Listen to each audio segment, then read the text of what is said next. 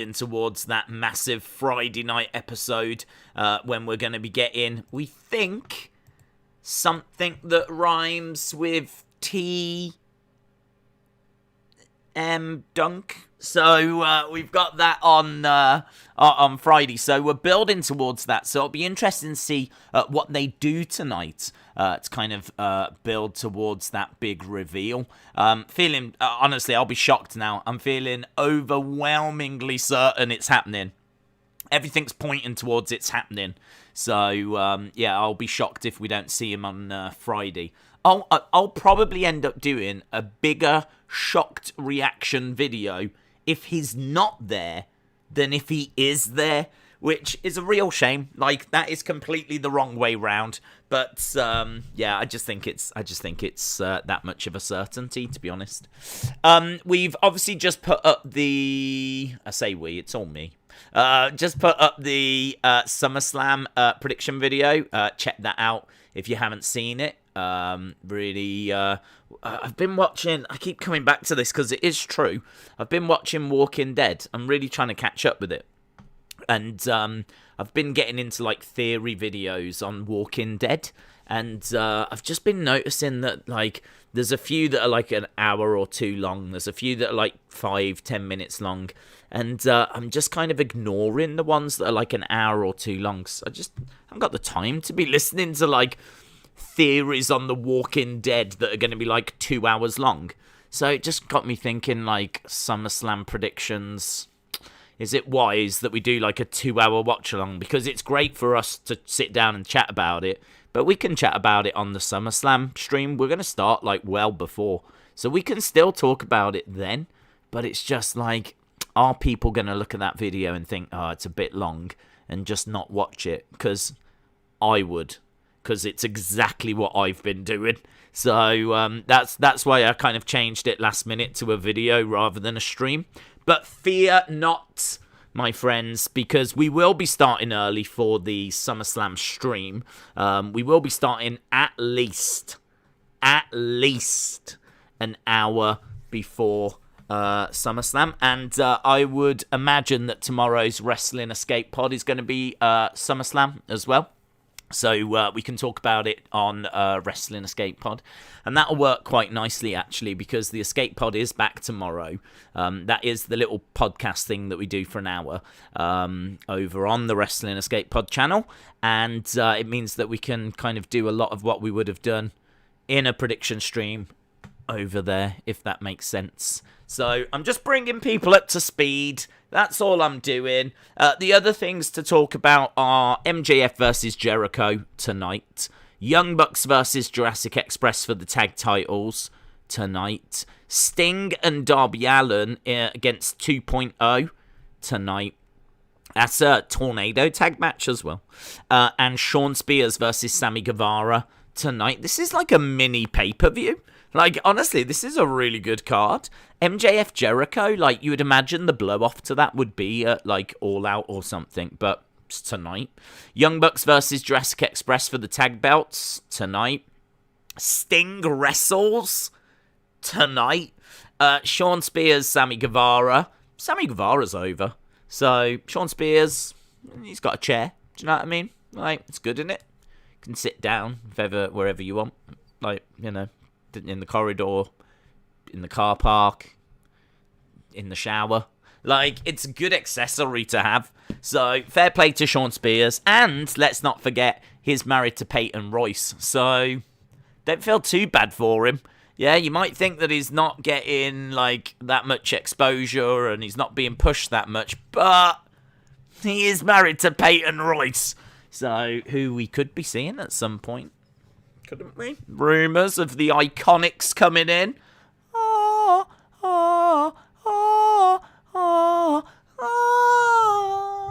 Love that music. So, yeah, the Iconics might be coming into AEW. Hello everyone. I hope everyone's well. Feel like we've gone through why was SummerSlam a video and not a stream. I feel like we've gone through is the escape pod on tomorrow. I feel like we've done a little preview of the matches that are coming up tonight. We've had a little sing-song of the iComics theme tune. I feel like we've done a lot already and we're only 6 minutes in. So, boom, we're off to the races. I hope everyone is well. Days singing their theme again. That is exactly what we're doing. Zohair says, how are you doing today? I'm good, thank you. I'm all right. I'm doing well. I'm pleased that we managed to get the SummerSlam predictions out, genuinely. It's one of them things where it's been like, couldn't really do it on Sunday because of the football, and then I was like, should I do it on Sunday night? But then I always think to myself, like, there could be another match announced on Monday. There's no way you can wait for Friday. It's with the show on Saturday, like, it's too close. So I kind of like to wait for Raw, just in case. So then I was like, oh, maybe I should have done it yesterday, but I ended up doing a load of graphics, and it's one of them, innit? It's one of them. It's out there now. I'm pleased it's out there. I hope people enjoy it. Feedback's been amazing. Big thank you to everyone that's watched it and enjoyed it. I mean, I try to go through as much as I can, talking about some theories and all that kind of stuff. So, yeah, I think it's pretty good. I enjoyed doing it. I tried to keep it under 20 minutes, and I succeeded. So, yay me. We're all excited for Friday and Saturday and Sunday. Don't forget NXT TakeOver with Volta versus Ilya Dragunov and Samoa Joe. Samoa Joe is going to be in the old wrestling ring again, so that's exciting. So Friday, Saturday, Sunday, and Monday, you know, the Raw after SummerSlam could be good. I mean, don't forget the Raw after WrestleMania. Am I right in saying there was no fans? So the Raw after WrestleMania was never going to be anything that big. But what about the Raw after SummerSlam? That might be the new Raw after WrestleMania. So yeah, I'm looking forward to that as well. Joaquin said, what season are you on The Walking Dead? Dude. I am so in love with The Walking Dead. I am so in love with it. Like, it's really interesting. And I did think about this to do with wrestling as well. So bear with me for a minute, because I'm going to tie the two together, right? Walking Dead, yeah, it's a show about zombies. And I watched it ages ago. Drifted away from it because of work and whatnot. And now I've had chance. Now it's on Disney Plus. To kind of go back and work my way through it. I'm up to season 9, only the start of season 9, but I'm up to season 9. So I'm enjoying it. I'm just watching like an episode a day, a couple of episodes if I get a chance. But one of the things that I really enjoy doing is actually watching YouTube videos where they talk about each episode. I have never done this for a TV show before, never, right? Didn't even know it was really a thing. But every episode has got people breaking it down, theory videos, like talking about what happens in the comics and where the story could be going, how it differs to the comics.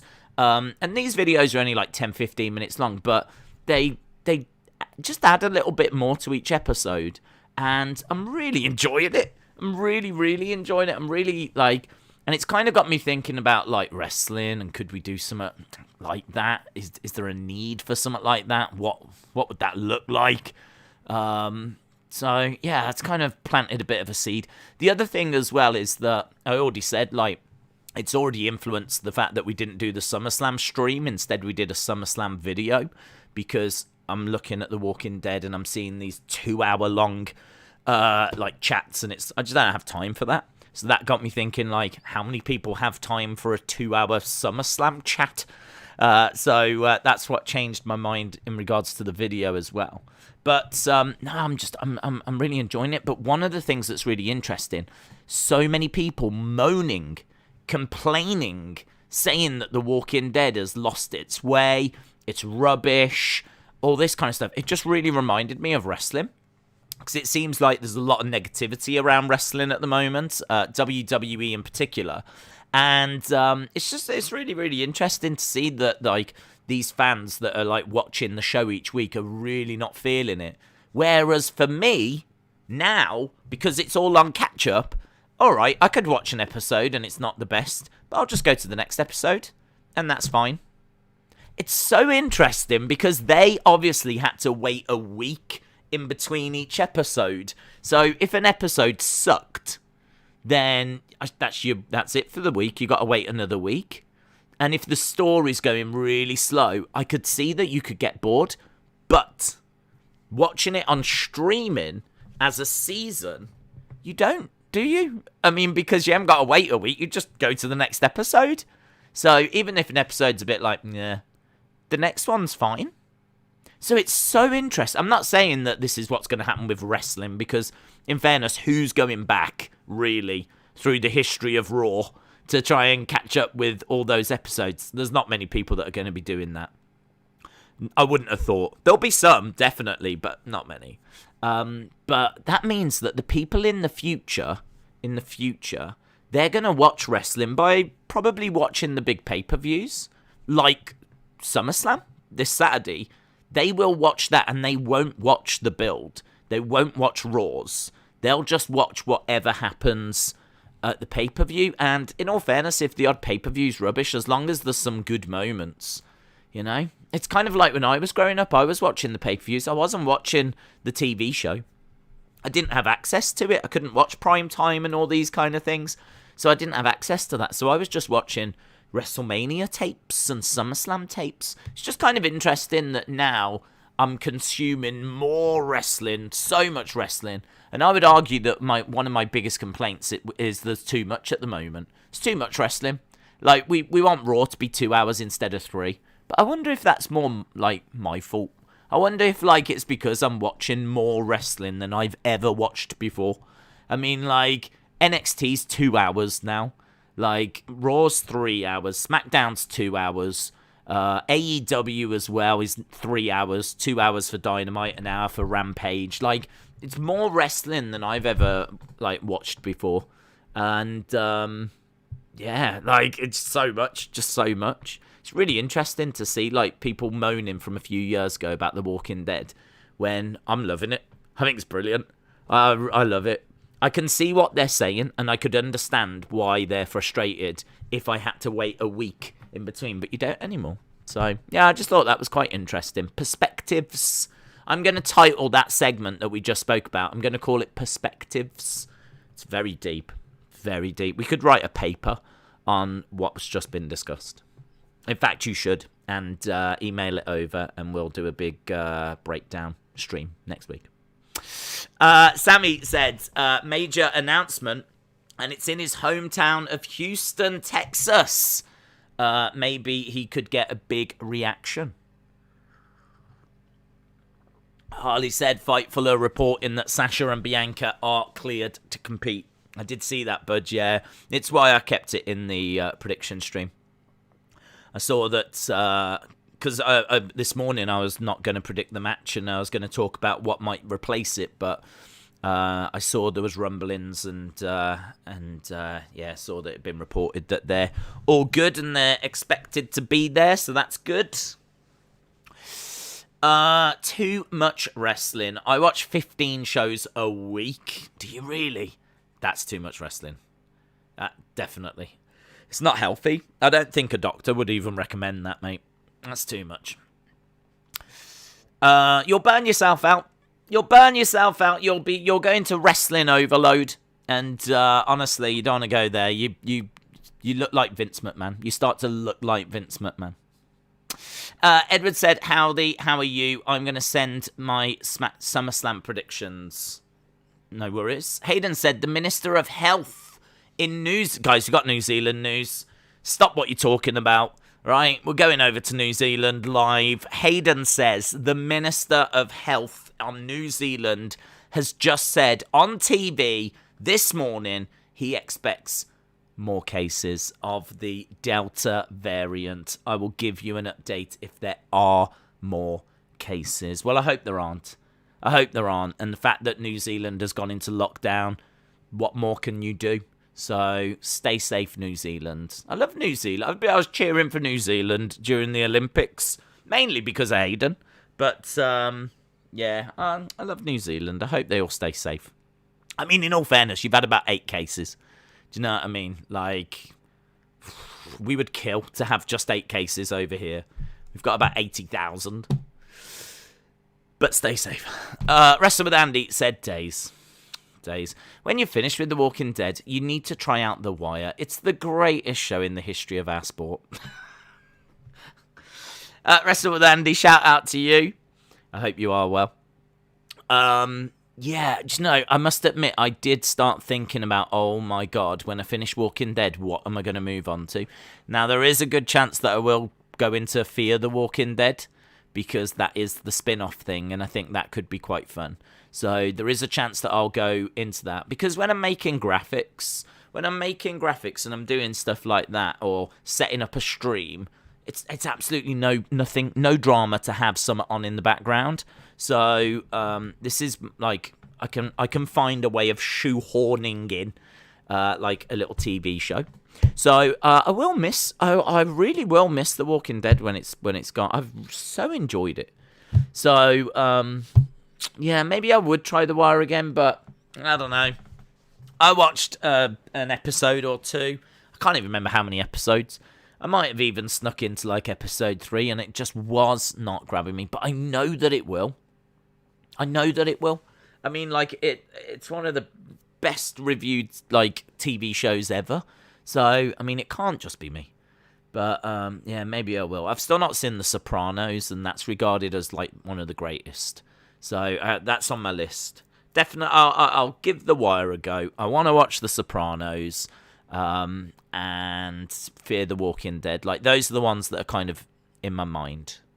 But yeah, I felt this way about Lost. I loved Lost. I wasn't a fan of, like, it started to get weird, but the first few seasons of Lost, I was, like, totally on board. I was thinking it was the greatest show I'd ever seen. And yeah, man, I'm gonna really miss The Walking Dead. So, yeah, a bit sad. Because it's ending. Season 11 is its last season. Farmer's Son said, when is membership predictions? Yeah, I don't quite get what you mean by that, to be honest, bud. I mean, do you mean like the prediction game that we do? Because if so, that is like you just send your predictions in before SummerSlam and before UFC. The little community post thing will go out normally on like the Friday night, if this is what you mean.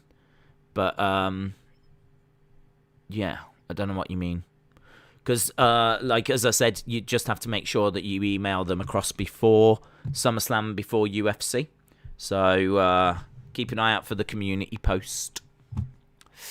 Jim said, I thought the Escape Pod was back today. No, it's Thursdays, bud. Thursdays. Or at least I hope it is. Otherwise, I owe Tommy another apology.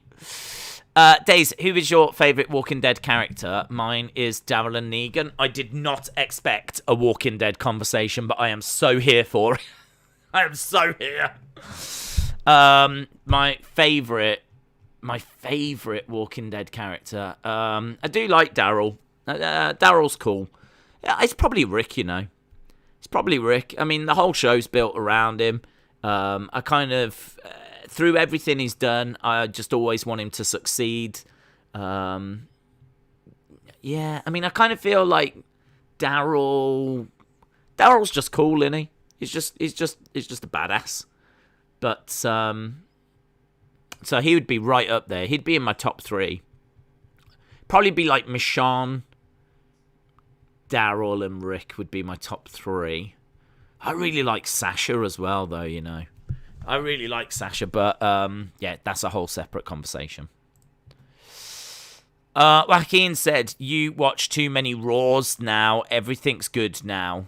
Well, listen, if you watch Raw, you're right. Everything is quite good. But I think that there's a good... I am genuinely, because you know me, I'll always tell you the truth. Or at least my truth. And my truth is that I think Raw's been...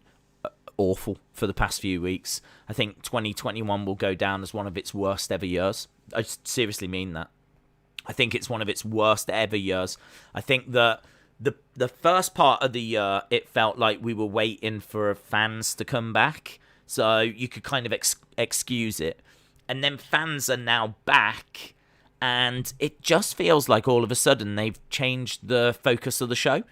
It kind of feels a little bit like a lamp, right? Imagine the Pixar lamp. It's kind of shining quite bright, and the light is going out to all, yeah? So if you're a youngster, you're getting a bit of light. If you're older, you're getting a bit of light. Yeah, the light of Vince McMahon, the creativity.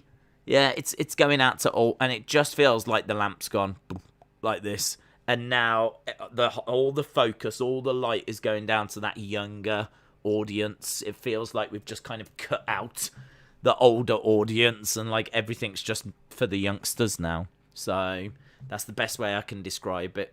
A light for all that now has fallen, and it's just gone down. And I don't quite know when that happened.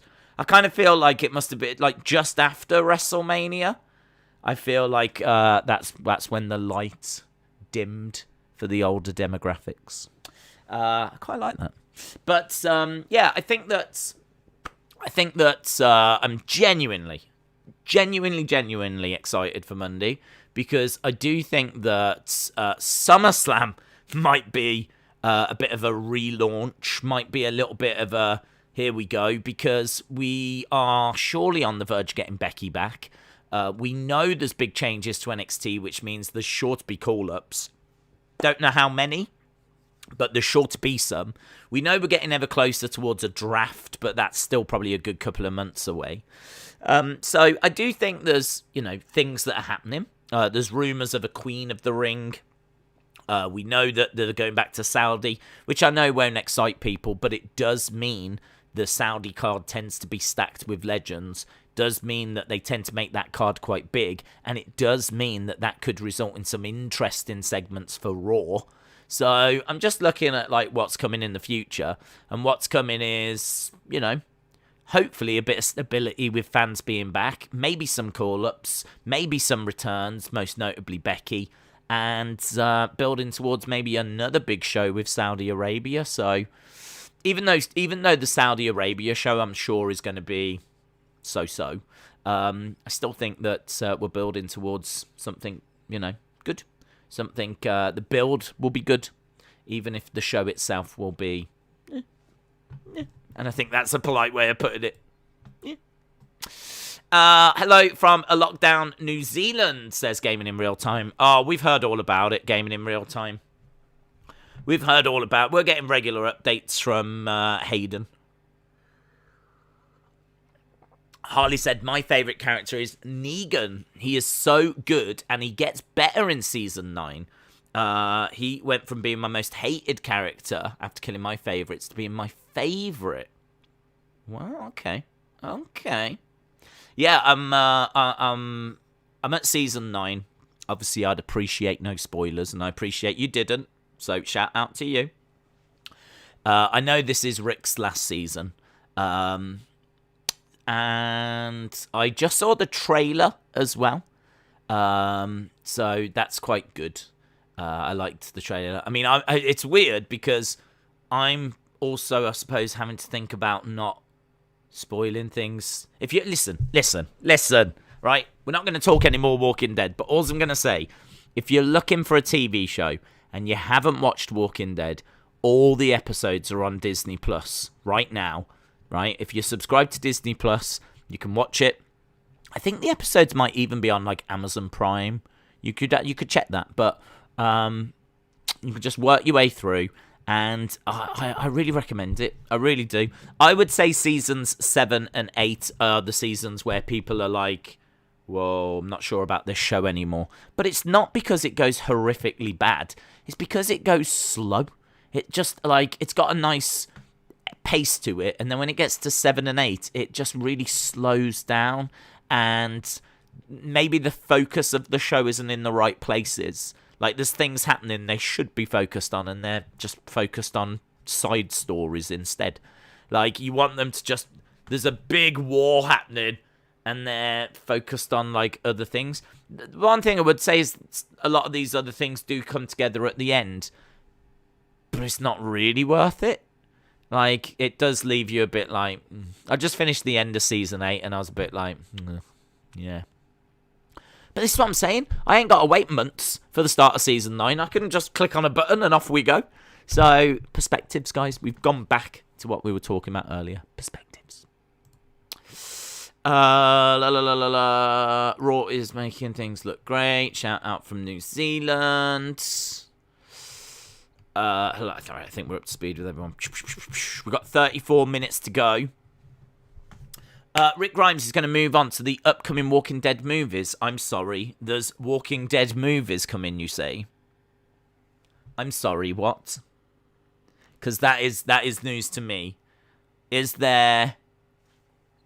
It's not that I don't trust you, Jim. It's just I need to see confirmation for myself. Walking Dead movie. The Walking Dead movie. The Walking Dead director shares a movie update. The Walking Dead Rick Grimes spin-off movie is definitely still going ahead. Oh my god! Oh, that pleases me like you would not believe. Is there going to be a Walking Dead movie? The film will be the first in a series from AMC. Oh my god. Oh, I'm not going to cope. I'm honestly, I am so enjoying it right at the moment. I'm enjoying it so much. No word of a lie. If it was on and I was up to date, I would potentially look at doing like little videos about it, because I don't even know what this channel's becoming anymore, to be honest. We do AEW, we do WWE, we're all over the place. Would I introduce Walking Dead? Absolutely, because I'm loving it. And I think you should talk about the things you're passionate about. So that's amazing, Jim. Shout out to you. I'm super excited for that. I even feel like I want to get a little Walking Dead something, but I don't know what. You know, just a little... I saw they were selling swords. You can get, like, Michonne's sword. I was like, amazing. Brilliant. Might have to get that. So, you can get that. There's, like, obviously I don't want masks or anything. If I wanted to look at something really grotesque, if I wanted to look at something that just looked inhuman and was all, like this, then I'd just ask, you know, Edward Brown to send me a DM of his face. You know, I'd just do that. That's what I would do. Yeah,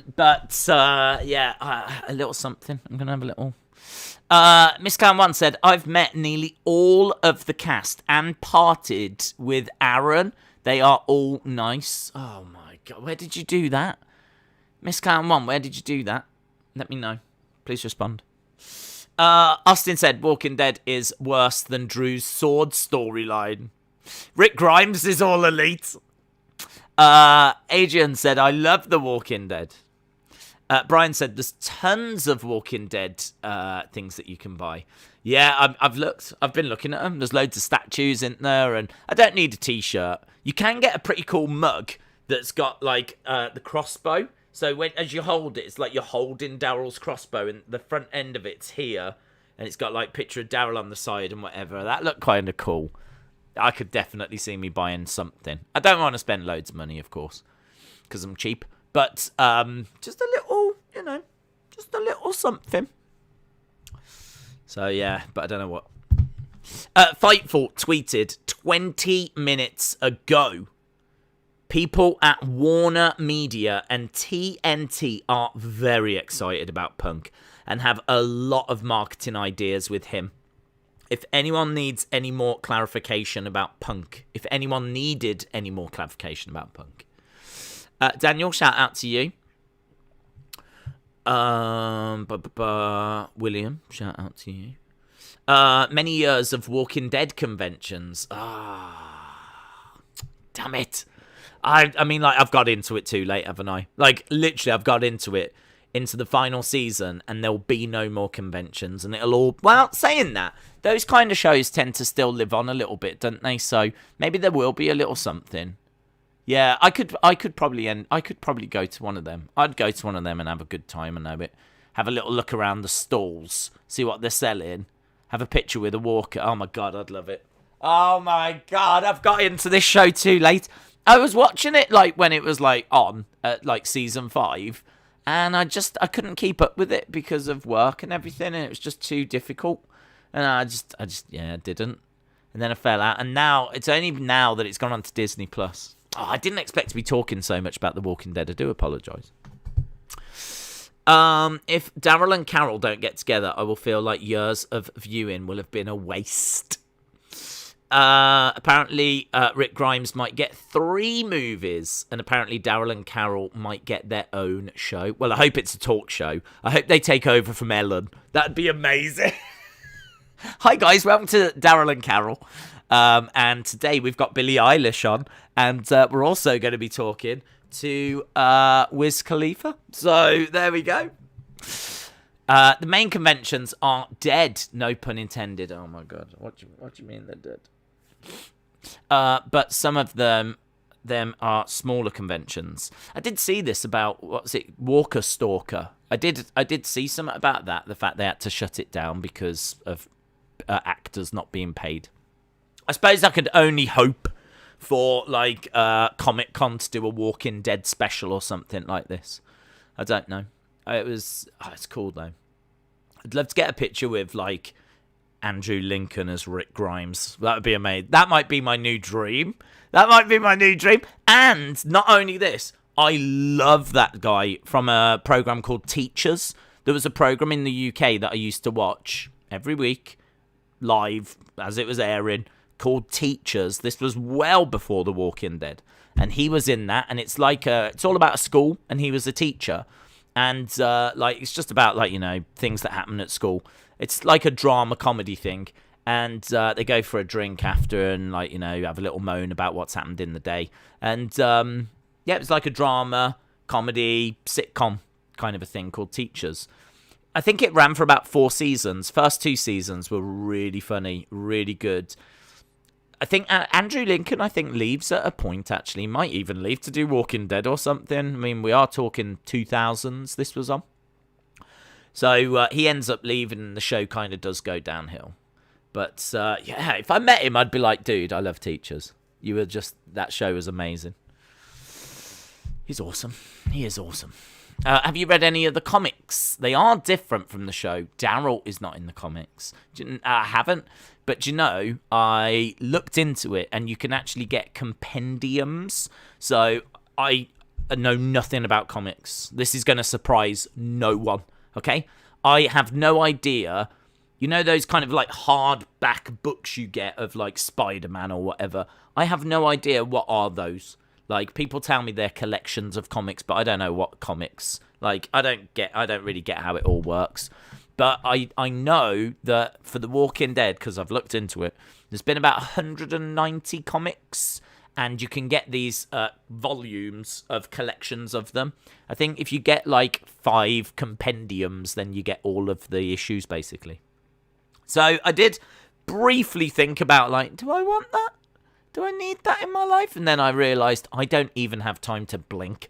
When am I reading one compendium, let alone 5? So it's not happening. It's not happening. I maybe if I retire and my love for The Walking Dead is burning as bright as it is today, then sure. But no, I don't see me getting them, unfortunately. Just because, like, I wouldn't get a chance to read them. But I'd be interested. I'd definitely be interested. So, I know a couple of things that are coming up, but obviously we won't say anything. But because of them theory videos I've been watching, it's kind of not spoiled anything, but I'm aware of some things that are on the way. Days, read this. I'm calling you out. There was no need whatsoever. Have you heard yourself? Edward, shout out to you. Right, I've read up to Walking Dead TPB 22. Really good. I might need to start it back up. I didn't realise that I was opening up this whole thing. Like, I had no idea. I thought this was going to be me kind of saying I'm watching this. People would be like, good for you, and then we'd move on. But it seems like everyone's kind of into it as well. But, it's so good. Yeah, it's so good, so good. It's hard to say anything because obviously it's all going to be spoilers, isn't it? And if you haven't seen it, you should watch it. It is good. But yeah, it was funny as well because I've been looking to see how the shows were doing as they were airing. And they were getting sometimes 17, 15 million views. Like you compare that to Raw, we're at the point now where if it gets 1.8, we go, well, it's holding it. It's not bad. It's 1.8 for Raw. 15, 17 million for Walking Dead. I think 19 million. It might probably even hit 20 at some point. That's insane, isn't it? That's a different level. That's completely different level. So I mean, this was one of the biggest, if not the biggest shows that's been around. And I mean, I've always since it started, I've known of it. How could you not? And I used to work in an entertainment store, so we used to sell T-shirts, coasters, everything. Mugs, pop vinyls, doormats, Lucille bats, you name it, we sold it, as well as the box sets and the series and all that kind of stuff. So I've always been aware of it, and I've always wanted to get back into it. So yeah, I'm just wallowing in that at the moment. So that's what I'm doing in my spare time. Absolutely, that's what I'm doing in my spare time. But I am doing it whilst making graphics and all that kind of stuff. Were Walking Dead stands, says Joaquin. Apparently so. Edward says, I hate The Walking Dead. Lol. Corvid said, Moxley isn't making 6 million. He's making less than Jericho, and Jericho's contract was only estimated to be 4 million. That's all interesting, if so. Connor said, Andrew Lincoln is from the UK. Also, you should now officially change your YouTube name to Walking Wrestling. Yeah, Wrestling Dead. Maybe I could change it to that. Wrestling Dead. He is from the UK, but I don't believe he lives here now. So I don't think I stand much chance of bumping into him. But I suppose he would obviously come back to see his family, friends, and whatever. So maybe there's a good chance one day I'll see him at a convention. I would definitely keep an eye out for him. And honestly, I would definitely pay to have a picture with him. You get those where it's you have to pay £80, £100 to get a picture with, someone. Normally with wrestlers, they're about 25, 30. But if it's someone big time, then it can go up to 100, 200, that kind of ballpark. I wouldn't want to be spending 200. But if it was, I'd spend 100. I'd spend £100 to meet Rick Grimes and get a picture. Definitely. Because that'd be a great picture. So if he was in the sheriff outfit as well, do you know what I mean? That'd be amazing. I could go dressed as Buzz Lightyear. Be the greatest picture ever. You'd have Andrew Lincoln dressed as the sheriff out The Walking Dead and me just stood there as Buzz. The greatest picture ever, that would be.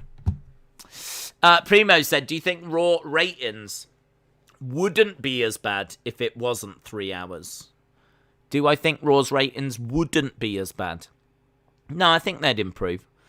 You tend to get, your ratings tend to be the best at the start and then they tail off. So if it was only a 2-hour show, then the drop-off shouldn't be as drastic.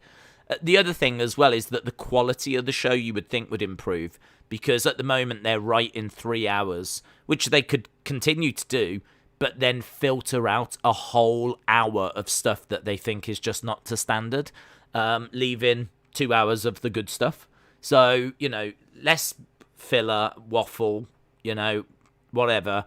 2 hours of good TV, and the drop-off shouldn't be as bad. So, yeah, I do think ratings would be better.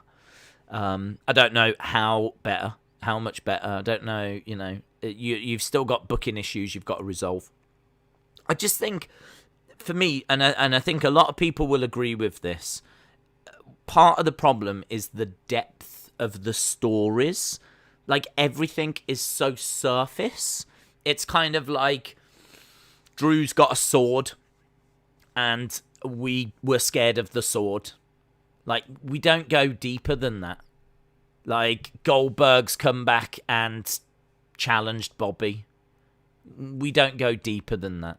Seth has a bit of a backstory with Edge, but they've not told it us. We haven't explored anything, you know, and we don't go any deeper than that. He's just mentioned 2014. We haven't really paid it any attention. We've certainly not explored how Edge felt around that time, or what the repercussions were, or it's just, you know, Seth and Edge have had a bit of a falling out. They had a falling out back in 2014. That's been mentioned. We don't go any further than that. And then, like, you have a look at something like Roman and Cena. Where's the depth there? You know, John Cena, you was the man, I'm the man now. And we don't go any further than that. Like, none of these stories have got depth. We're not seeing characters really struggling with, like, a decision that they have to make. Do you know what I mean? There's no, like, oh, what's the right thing to do? There's no one's being no one's being asked any questions. No one's having to overcome any obstacles. No one's having any drama in that sense. There's no depth to the stories. It's all surface stuff, and as a result, it lacks anything intriguing. Like, I would love to, like, do, like, videos like, what do you think Nikki should do if she goes this way? That's going to cause drama with the group that she's just abandoned. But if she goes that way, that's going to lead her down a path where she's going to have to face some big, big challenges in the ring. And, you know, I don't think she's going to be able to overcome that. So it's like, which way should he go? Or maybe there's a third option. Maybe she could form an alliance with someone. And maybe they could then, like, you know, that's if she got together with Doudrop, then she might be able to help Doudrop. Like, you don't have this. You don't have any of this. But I'd love to kind of come up with all those kind of theories and whatever. I suppose the deepest theory that we get at the moment is, will Big E cash in? Will he cash in?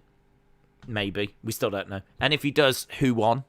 Well, it's two options. Could be Bobby. Could be Roman. Could be this weekend. We don't really know. Money in the Bank happens every year, so this isn't out the blue. Like, this is something that happens every single year, so it's not... I don't want to say it's not that interesting, because it is. And I'm really into Big E, and I think he's definitely the right person to have it. But, you know, we're talking about something. One of the most intriguing things they've got at the moment is something they do every year anyway. Like, they haven't creatively had to come up with this. It happens every year. It's sort of like, who's going to win the Royal Rumble? Do you know what I mean? You haven't got to come up with that. That's going to happen next year, the year after, the year after, the year after. It's going to happen, like, all the time. But where are those creative stories that don't happen every year? This creative department is meant to be churning out. So yeah, that for me is like one of the big problems at the moment. Nothing's got the depth. I think AEW do a much better job with that. I'm gonna give AEW some praise. I think they do a much better job with, like, depth to their stories. You know, things mean, you can understand that there's, like, a story to things. I'm thinking primarily Hangman Page and Kenny Omega and what's happening with kind of all of that. So, yeah, I think they do a better job. They're still not perfect, but they do a better job. CM Punk is going to come out on Friday. It's inevitable nowadays. When do you think Daniel Bryan will come? I'm thinking All Out. All Out. I'm thinking All Out because I'm thinking they're going to want something for that show. Someone was saying, I can't remember who it was, someone said, do you think we'll get Daniel Bryan tonight?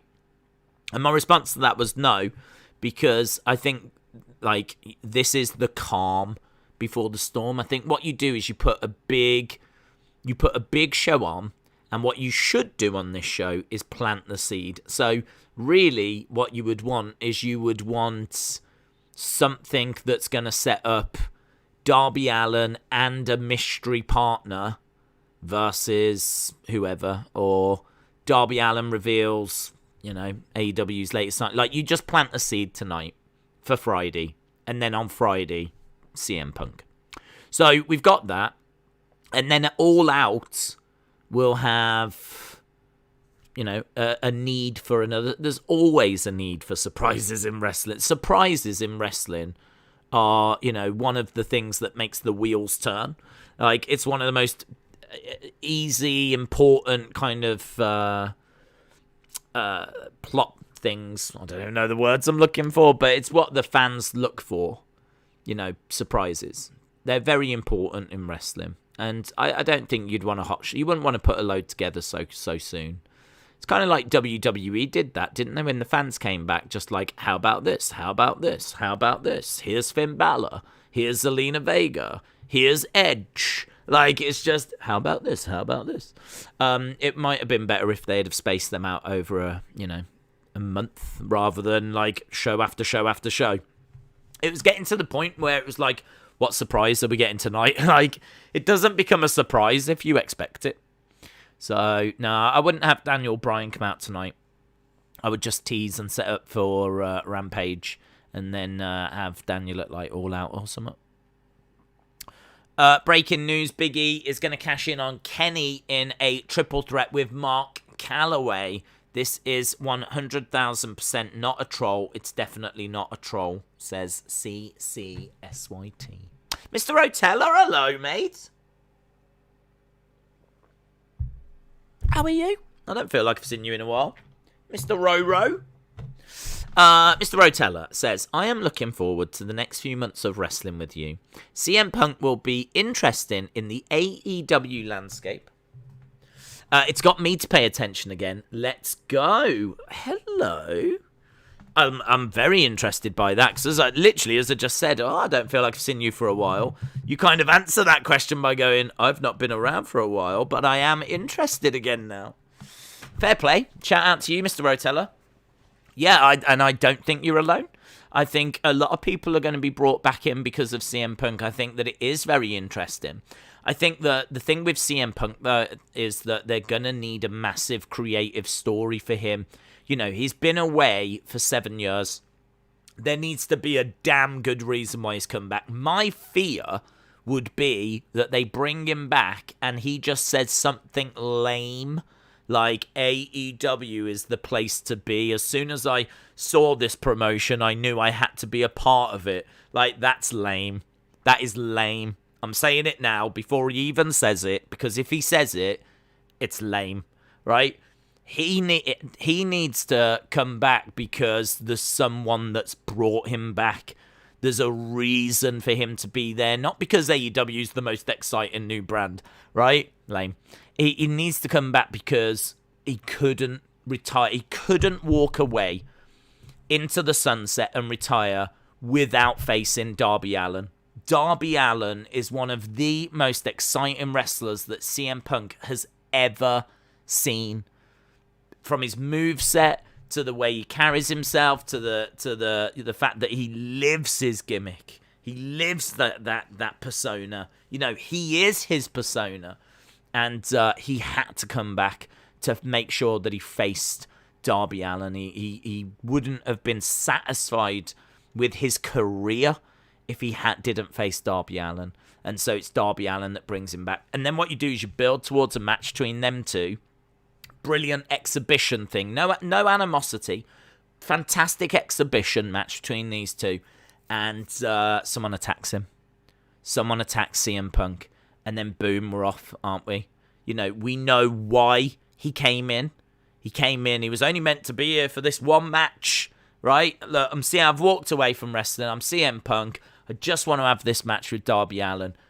Boom, he gets smashed. Gets smashed by the Pinnacle. Or something like this, yeah? All of them. And they proper do him over. Blood, beaten up to a pulp. Leave him in the corner of the ring.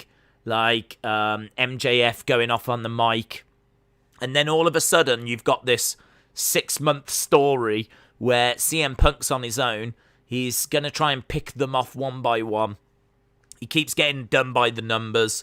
He's working, he unites with Darby and Sting, and, maybe we build towards a Blood and Guts in the middle of next year, or whatever it might be. But for me, if he's going to come back and do a promo that's directionless, if he's just going to do a promo where he's like, I've been so impressed with AEW, and it's just like, I want some, that's not enough, there's not enough focus with saying that. That's just like, oh, I really like this show, so I want to be a part of it, so here I am, so what shall we do? Do you know what I mean? It's too loose. It's too loose. Make sure that you've got some, boom, I want something that's going to slap me in the face. Do you know what I mean? I want something that's going to, impress me and, like, make me want to tune in next week. I don't want them to just be like, let's talk to CM Punk. Oh, I just had to be here. Well, brilliant. It's great you're here. CM Punk, thank you. Join us next week. CM Punk's first match. He'll be taking on Darby Allin. And then we go to next week, and then it's Darby. And then he wins that.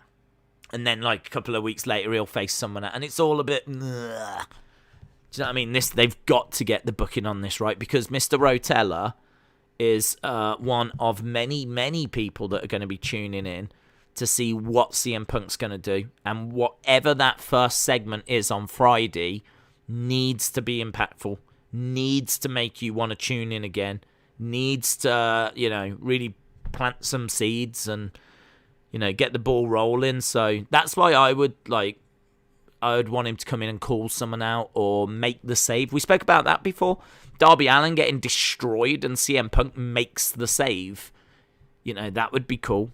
I'd be totally down for that. The only problem with CM Punk making the save, the only problem with that is that you're not going to be able to play his entrance music or anything. He's just going to literally have to run out from the crowd and jump the barricade and make the save. So you'll get him in the ring, and you'll the message will get out that CM Punk is in AEW. But you won't get to hear from him. And you won't get to hear his music. And you won't get to hear or see his merch. It'll just be him jumping in from the crowd. Then, obviously, on social media, they'll announce due to CM Punk's actions, Tony Khan has made him like a permanent member of the roster. CM Punk's All Elite. You'll get that. And that'll be a big social media thing.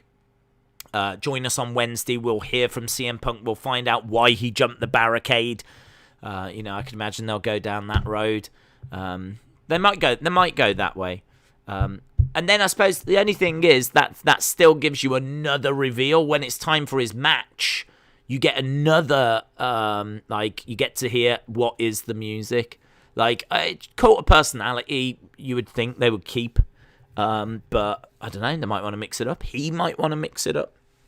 If he does want to change it, and I doubt he does, but if he does, then they would.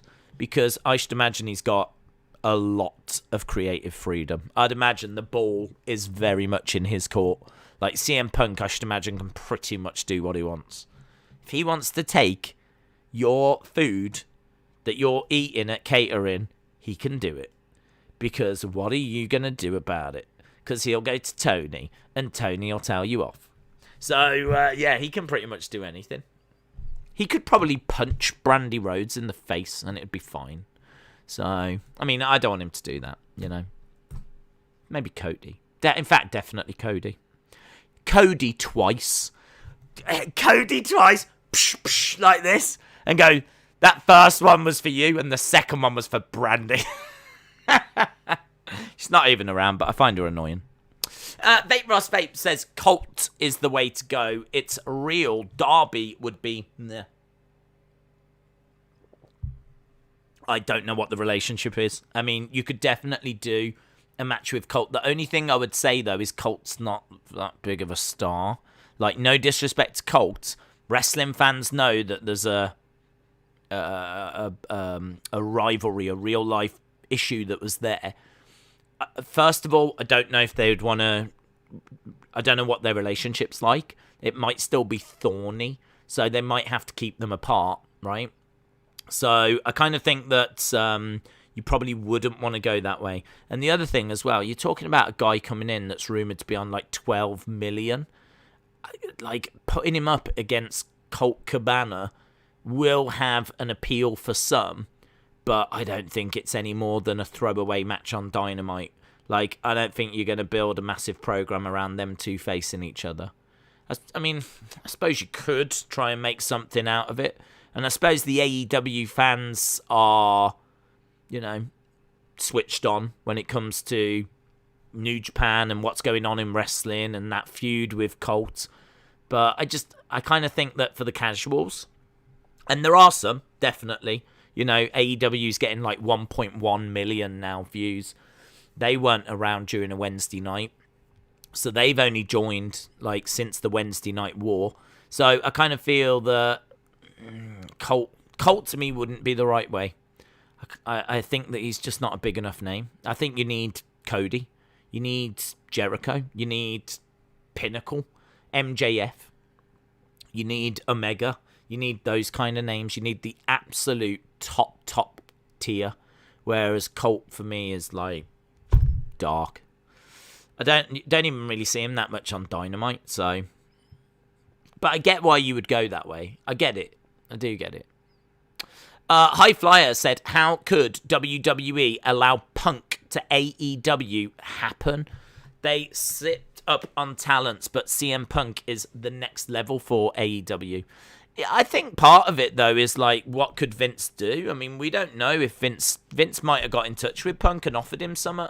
But, I mean, Punk, you know, will have seen where Raw is and what's happening in WWE and thought to himself, I'm not interested in being a sports entertainer. You know, unless WWE offered him significant amount of money. I'm talking the kind of money you can't turn down. 15 million, something like that. 20 million.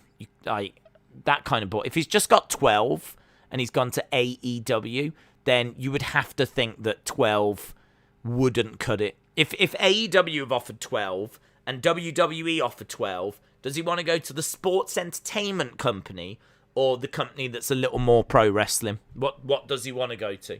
So, you know, I think WWE would have to go 15, 16, 17, up to 20 in order to get him. And first of all, I don't know that they're going there.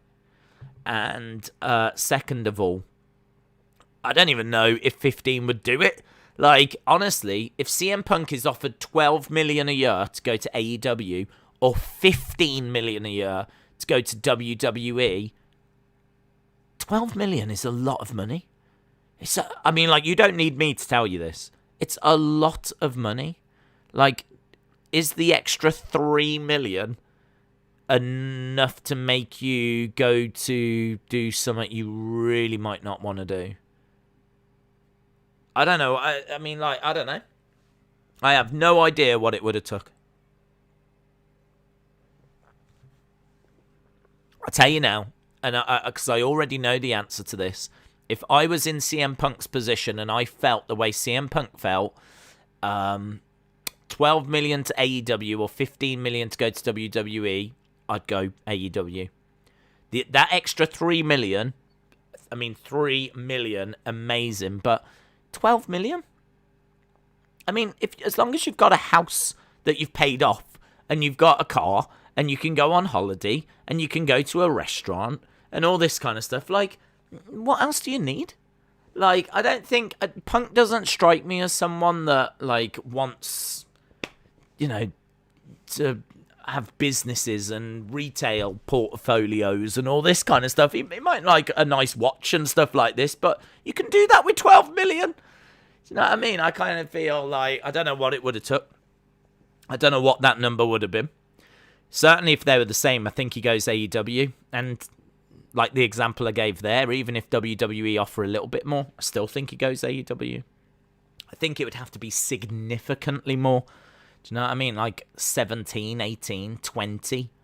Then you go, I can't turn that down. All of that's too much. But, you know, I don't know. I don't know if they offered anything at all. That's why Roman Jay's story was so good. Jay was struggling, confused why Roman turned evil, and after losing, he had to choose to leave the family or pretty much be Roman's slave. So good. Yeah, choices, decisions, things like that. Something that's got a bit of depth to it. I'd love to see more of that.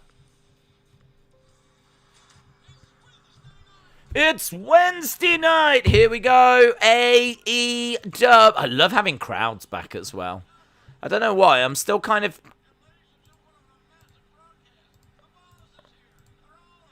Who's there? Yeah, I still feel we're going to Daly's place. Chapter 5 is tonight. No Judas entrance. And no Judas effect. CM Punk isn't here, says a sign in the crowd.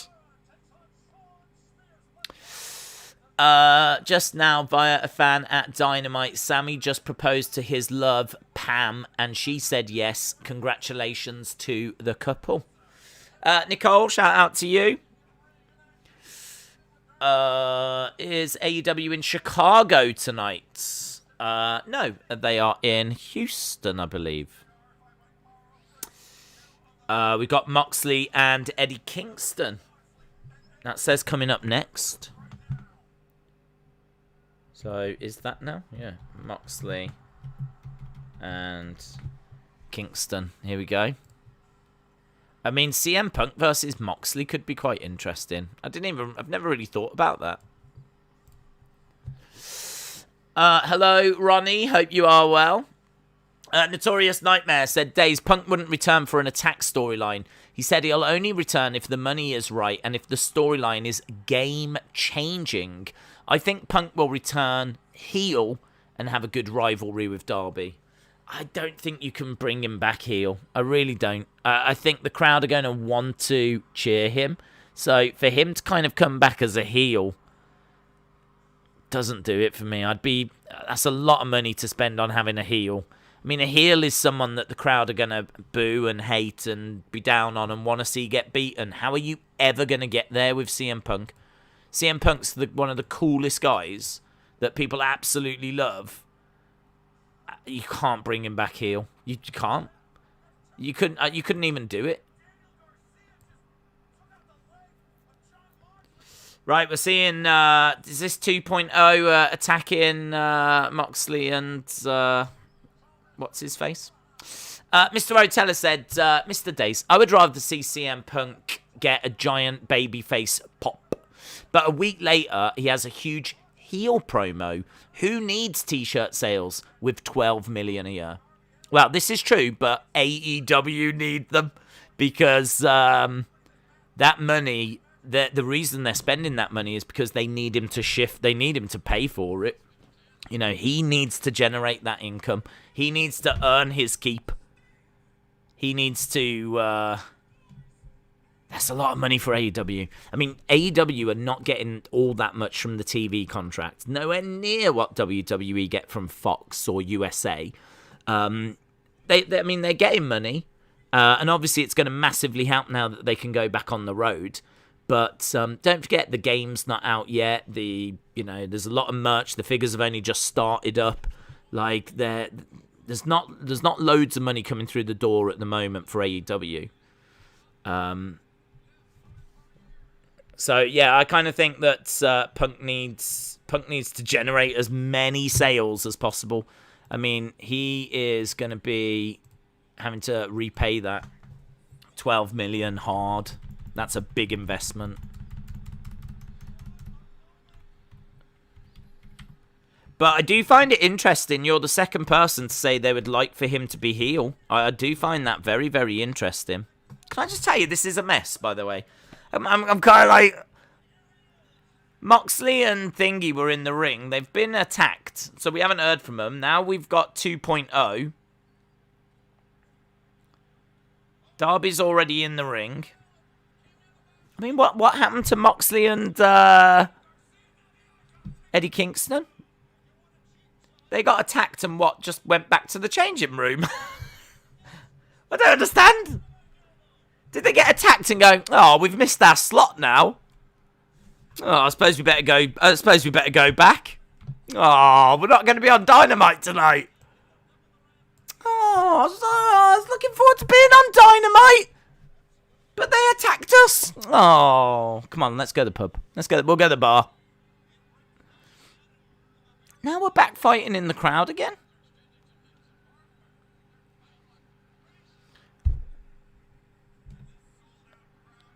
It sort of feels a little bit like they started with Moxley and Kingston and then realised, oh, we shouldn't have done that. We shouldn't have done that, really. We should have started with this match. Let's send 2.0 out there to attack them, and we'll just start the match. Feels a bit like that. The crowds are huge. You need to pay more attention. Moxley never made it to the ring. I know he didn't. They were in the crowd. I literally just said that. They were in the crowd. I know he never made it to the ring. I was watching. Seems like I'm not the one that needs to pay more attention. Darby getting thrown and hurled into the ceiling. Andres Lopez says, Days, Google AEW salaries. The top 10 is crazy. Punk would have to be offered at least 10 million. Yeah, there was rumours it was 12. I mean, I haven't seen that confirmed, but there's rumours that it was 12. They're in the kind of like concession area, and they're beating up on Darby and Sting. Sting and Darby versus Jobbers. Sting hasn't fought in a ring in 20 years. He hadn't until he was in that tag match for AEW. This is his first time, I think, competing on Dynamite. We're out in the crowd. Can we get some lights? Here's Darby.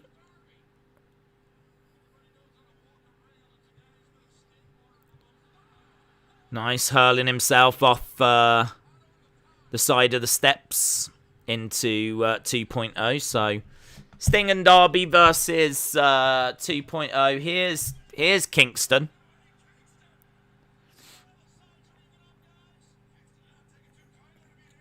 So here's Kingston.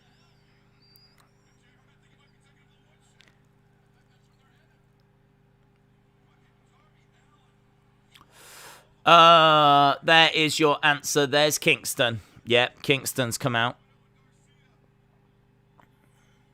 Darby, aren't you kidding me? What the heck is Darby doing?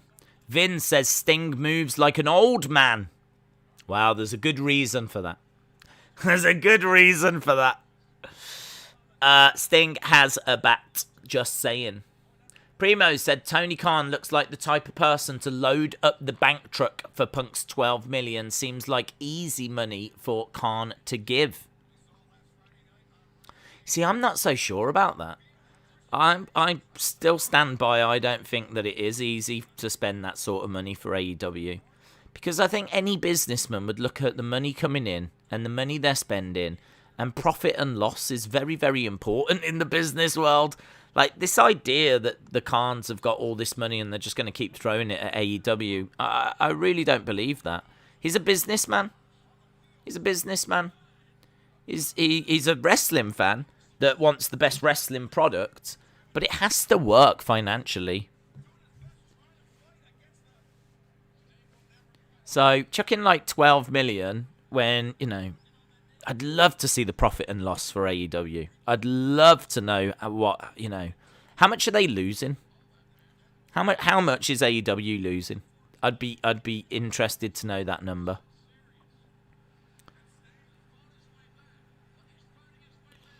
Sting with big strikes. We're in the ring. The Jobbers are beating them up.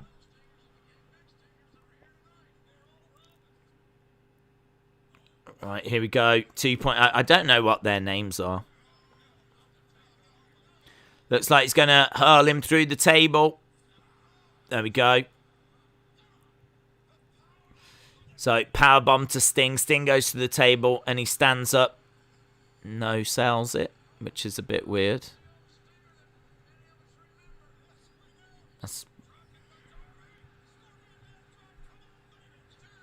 I don't get it. He's just no-sold that. Why is he no-sold that? This is Sting. This is old man Sting with a neck injury who's just been powerbombed through a table and he's just got up. Like, just stood up.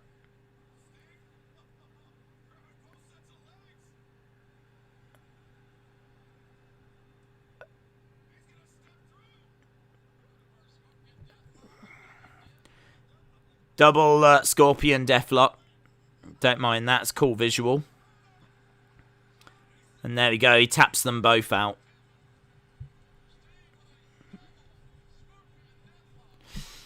Well, yeah, I mean, a bit strange, to be honest. I love Sting. And I think there was some nice moments in there. But I find that getting up from that no-selling of the table very weird.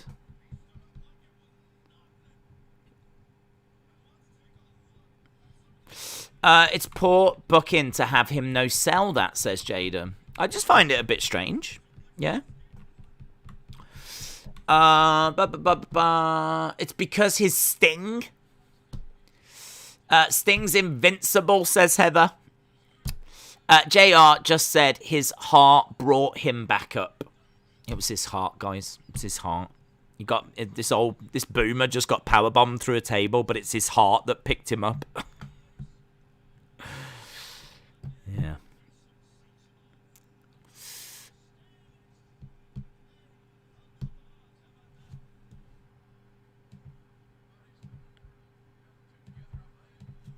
Okay. The ramp, by the way, goes all the way to the ring.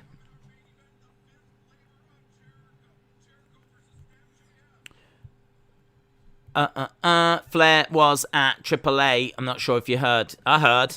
And I've seen pictures of his return back as well. As I'm sure we all have.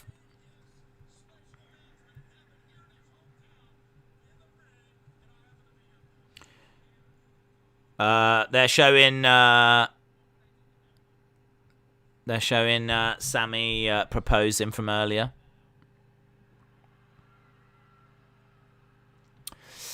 That will be me and Days one day.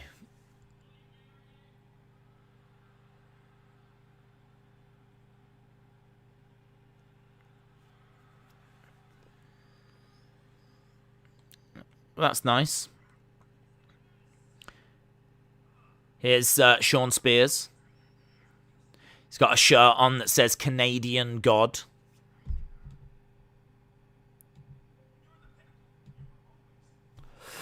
Congratulations to Sammy, says to boy. Sammy's fiance is cute.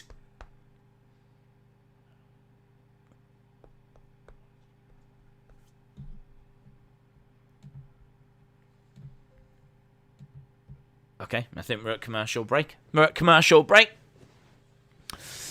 Days, will you marry me? Listen, I'm married to the streams. That's what I'm married to. I'm married to, in a way, I'm married to all of you. So, except Austin. That's weird. I came here to chew bubblegum and kick ass, and I'm out of gum. Flair was riding the train to Space Mountain. Woo! The Pinnacle isn't better than the Inner Circle. Harley said, Days, Mickey Mouse dies in The Walking Dead. I'm sorry for ruining the series for you. God damn it. Joaquin said, why is everyone getting married this week? Maybe it's because it's the end of, the pandemic. I mean, it's not. But, in a way, things are opening back up. Certainly here in the UK. So perhaps people are just seeing a brighter future now. Perhaps hope has returned to the world. That's nice, isn't it? I mean, it's not true, but could be true. Days is saving himself for Linda. Totes. Patrick, shout out to you. Hope you are well.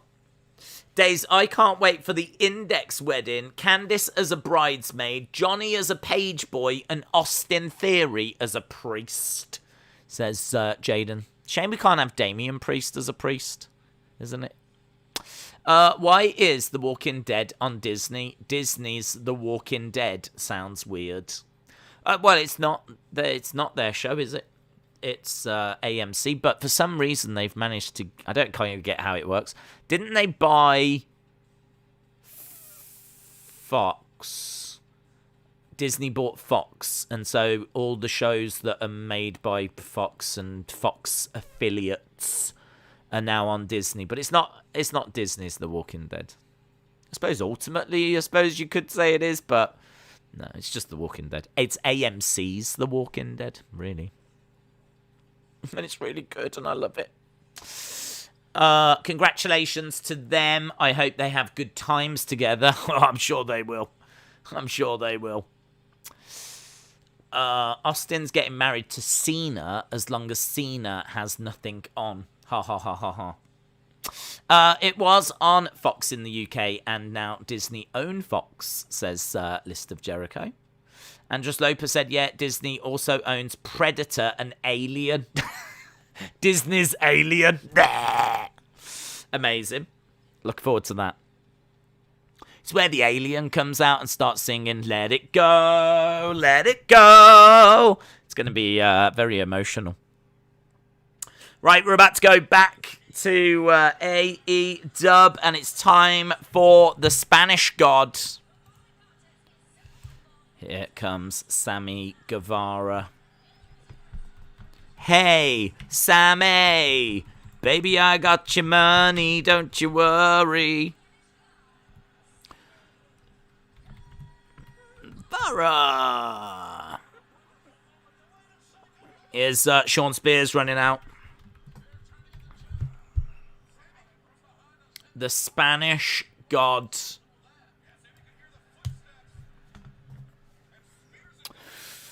Hit and run. May God have mercy on us all. All of us horror fans are cringing right now.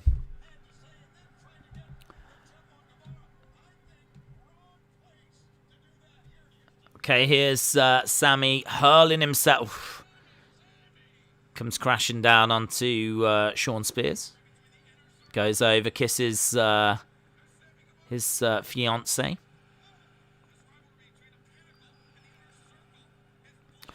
Into the ring post. I mean, what I will say about AEW is it's got a lovely energy.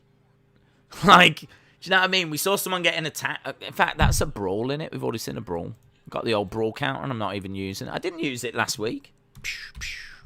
So, you know, we had a brawl at the start. Then we went straight into that tornado tag match where they're all in the crowd. Then now we've gone straight into this. We're only 19 minutes into the show. Days, who do you think's going to win Syria? I don't know, bud. I don't know. I don't really know what the teams are like over there. I know Inter Milan won it last time, but they had Lukaku. So I've no idea who's favourites now. I would imagine Juventus probably got a good chance. Still got Ronaldo, ain't they? It's a quick pace tonight. Not great, but will get better as the night goes on, says Scott. Because the fans are happy there, says Heather. Tully getting involved, helping Sammy. So, Sean Spears is being spoken to by Aubrey. Hey, Aubrey, baby, I got your money, don't you worry, Aubrey. Baby, I got your money. Now the bell has sounded. Fair play. We didn't even have a match.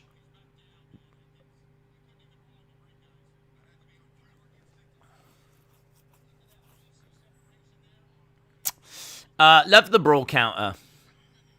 Yep. It's up and running. Sometimes we get quite close to double digits. Aubrey has told Tully he's got to get out of here. Get out of here, Boomer. He's got a lovely sparkly blue jacket on. Looks like he's about to go call the bingo. Tully's bingo. That could be the warm-up for AEW Dynamite. If you went to a show, everyone's got a little bingo card on their seat. That'd be fun, wouldn't it? Oh, he's taking it off now.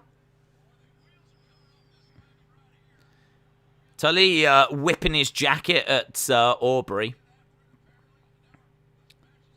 And now we're back underway. Sammy in the corner.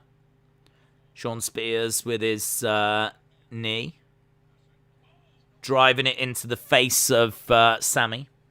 Sammy getting engaged. Could we see his fiancée run in and Peyton debut? I suppose. Would they play on that relationship? I suppose they would. Days, I didn't get to see Christian at the Impact taping, but I was recorded for part of the Emergence pay-per-view. Wow. Who did you face? Please respond. That's amazing. Was it you against Deonna Purrazzo? I'd love to see that match. That'd be a great match. Heather Wright versus Deonna Purrazzo. No, I hope you had a good time. Was it good? What was the best thing you saw? This is my question. Ignore everything else I've said. Here's my real question. What was the best thing you saw? Thank you. Please respond.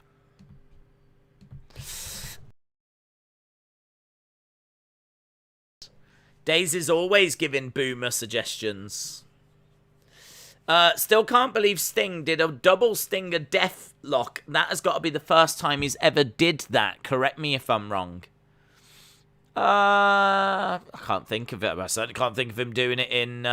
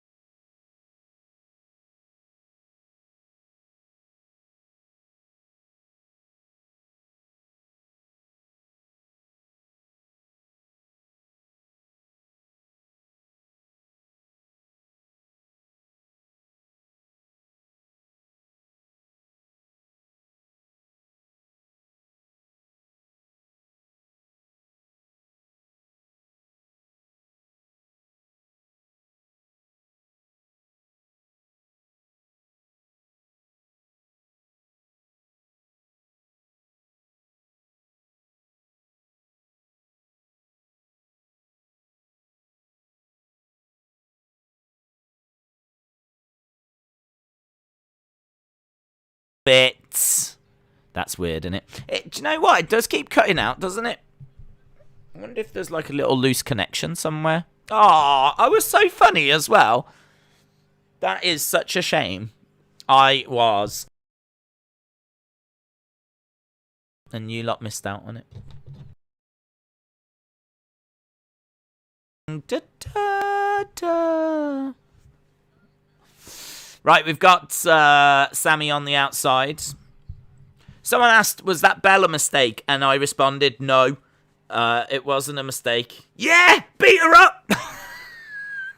Shawn Spears with the chair looking at Sammy's fiance, and she's like, hey, that'd be good if it like, that would have been good. I mean, I don't want to see Shawn Spears do it, but if Peyton had come down and done it, yeah, that would have been good. And it was all part of a storyline. Sammy's grabbed a railing and he's put it between the barricade and the ring. It's fine now. It's fine now. I wonder if the Iconics will be a part of NWA Power. Well, I hope so.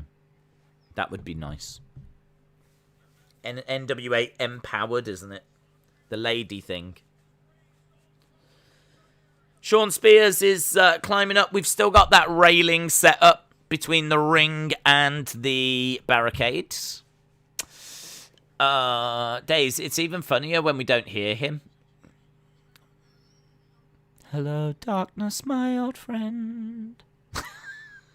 Of come to talk with you again. Okay. They're kind of fighting around by the... I think this is meant to be tension right now. We're meant to be like, oh. They both jump up. They're both holding on to each other.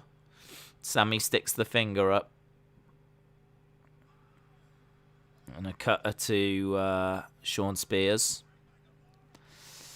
1, 2, shoulder up.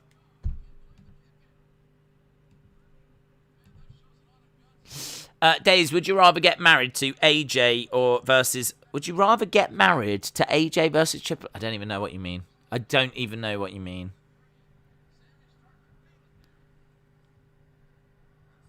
Are they chanting, "This is awesome"? AEW fans are feeling it. Tell Days it's 2 brawls. Yes, but when's the second one? When is the second one? Days, how are your streaming arrangements for Saturday with Premier League, UFC on the same day? We're doing Premier League and then... Big move from Shawn Spears, but shoulder up by Sammy Guevara. Did he call that a C4? I have no idea what that was called. It's like an AA. It was basically an AA. That wasn't a Death Valley driver. That wasn't a Death Valley driver. It doesn't matter.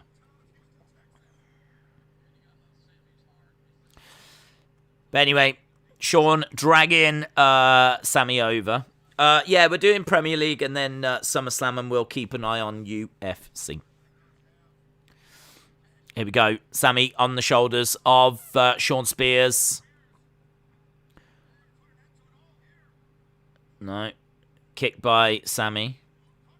Super kick. Sammy has got Shawn Spears up. Is he going to do a Death Valley driver? Hits the railing. The railing bends.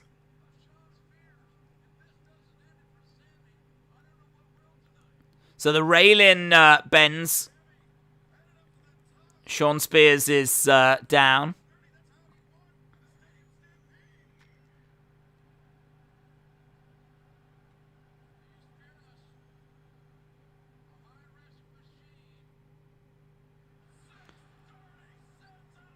$6.30 senton. 1, 2, and a kick. A kick out by a kick out by Shawn Spears. He got hurled into the barricade. The barricade bent in half. He got hit with a 6.30 senton. Yeah. Boom. 1, 2. Shoulder up. Wow. Sammy's gonna have to get a gun. Ridiculous. Horrible. It's wild, isn't it? It's wild. AEW's wild.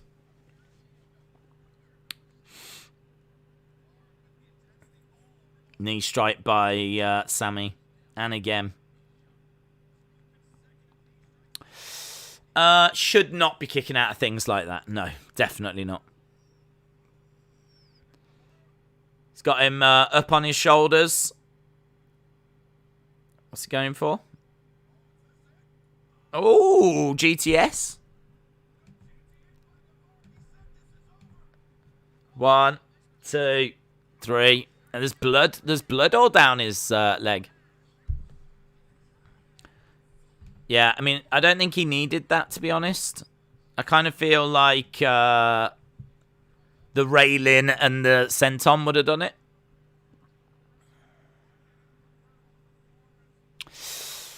Blood on Sammy.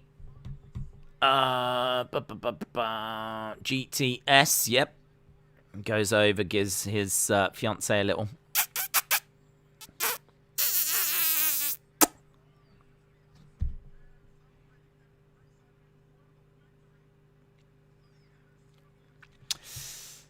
What's a GTH? I don't know. Go to heaven?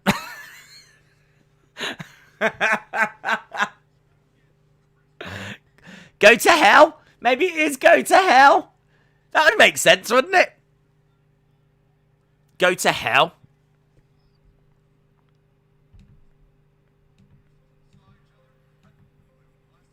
Right, we've got Christian backstage with Don Callis.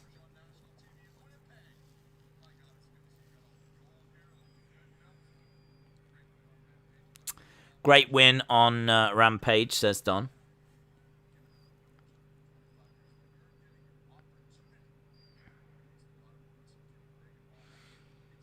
If they can make those as belts for the figure line, that'll look great, wouldn't it?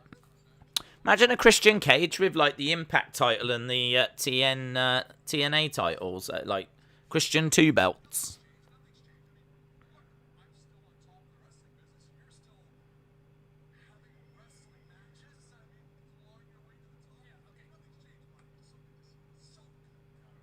Do you know, I find that a bit insulting because Don Callis has just said, I'm still at the top of the wrestling business and look at you.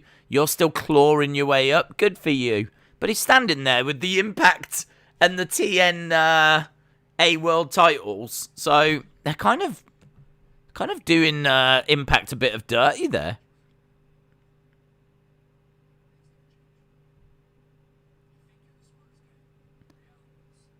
If I was Impact, I'd be a bit upset by that. I'd be a bit annoyed by that. A lot of people are watching this, and you've basically just said like that our champion is still clawing his way up, you know.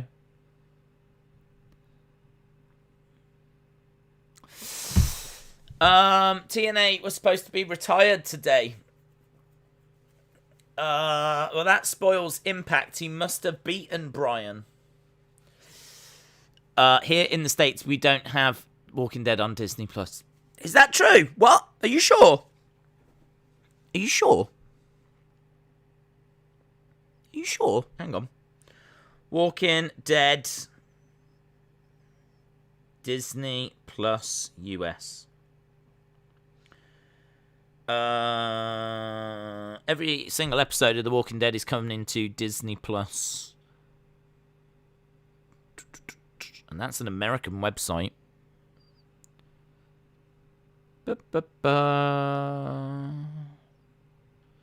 And it is the additional extra. That means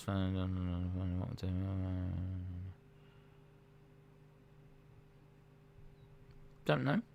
I've got articles on it from US sites.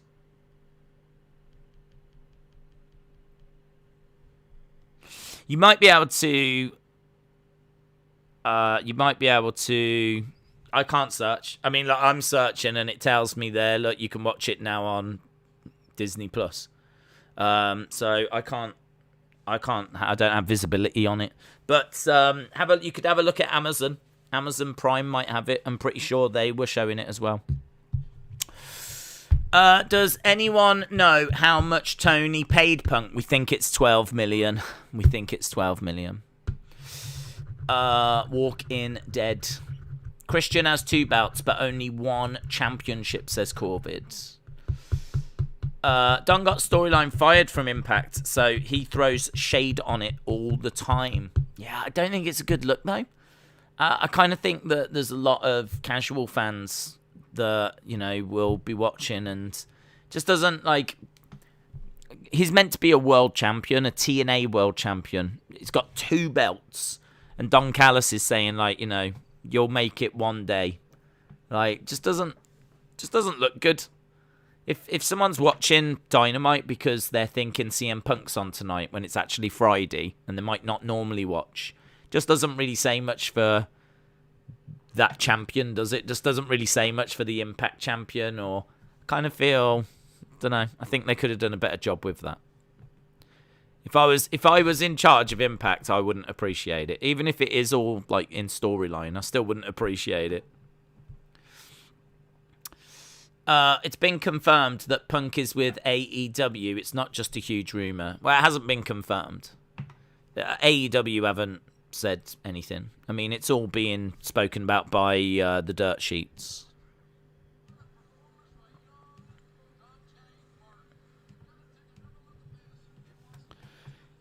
They're talking about Dante Martin's performance last week. The Universal title is the only big one. I see what you're saying, Mac. No worries. Shout out to you, Mac. Hope you're well. Why does Christian have 2 belts? I think it's because he won the TNA title, but the TNA title is represented by 2 titles because they've merged 2 belts, but they haven't actually made one unified belt, if that makes sense.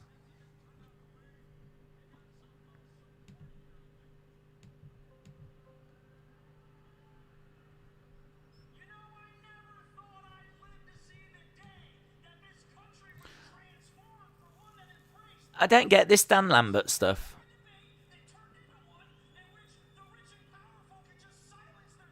I mean, it is cool to see Arlovsky in the ring.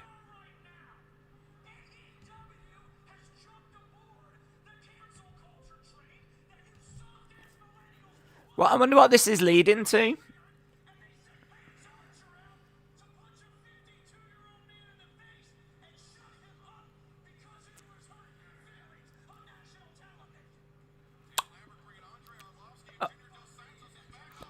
Arlovsky's former heavyweight champion, you know.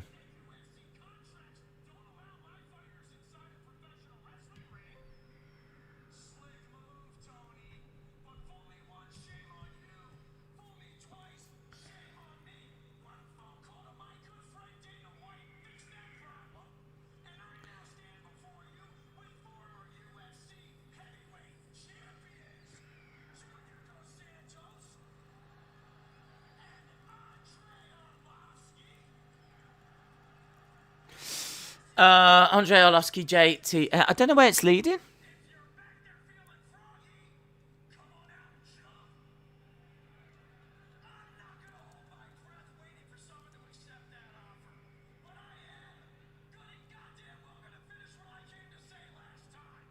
I'm come to finish what I want to say.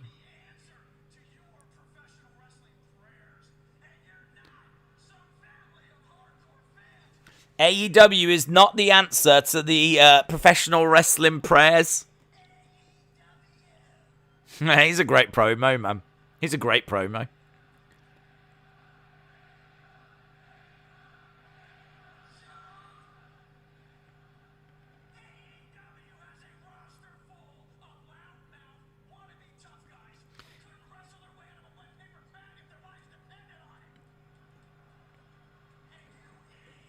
I mean,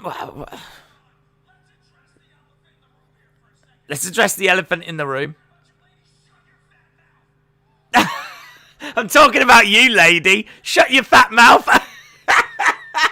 He is gold, isn't he, on the mic?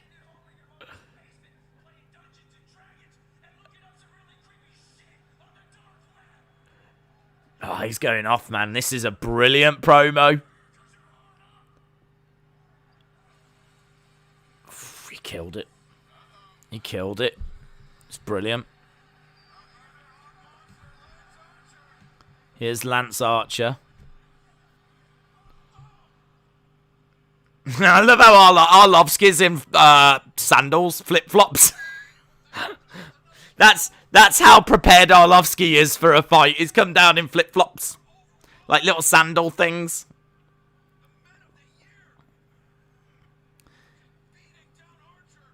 Yeah, I mean, I don't really get what this is all building towards. I mean, I'm guessing we're going to find out, but that Lambert promo's probably my favourite thing of the night so far. I thought it was fantastic.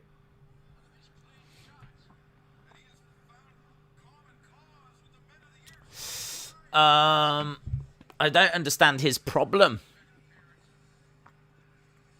Brawl counter, yeah, brawl counter. Brawl counter.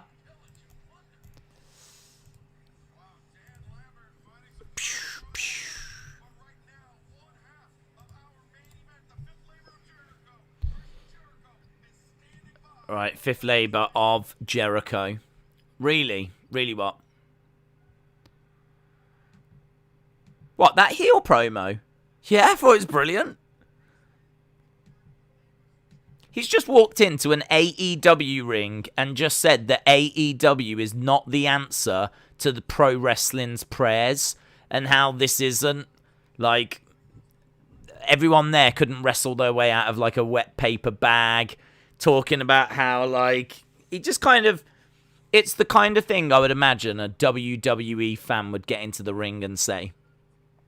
So he's walked into there, stood in the ring, and in front of all them people just absolutely ripped into them, ripped into the company, ripped into everything.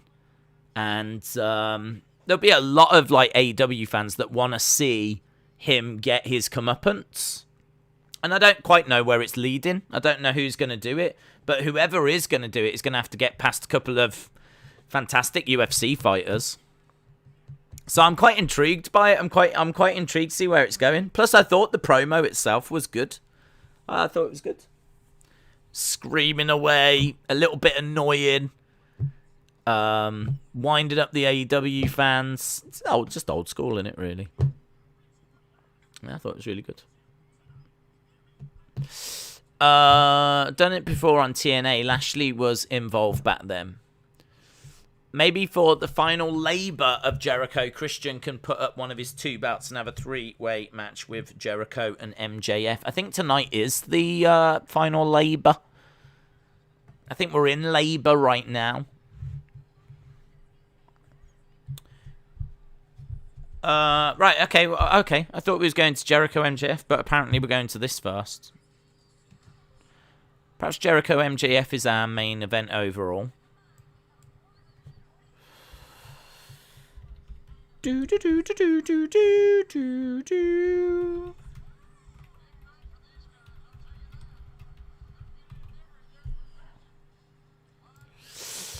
you think the fans of AEW are genuinely fans, or are they in hope they can beat WWE?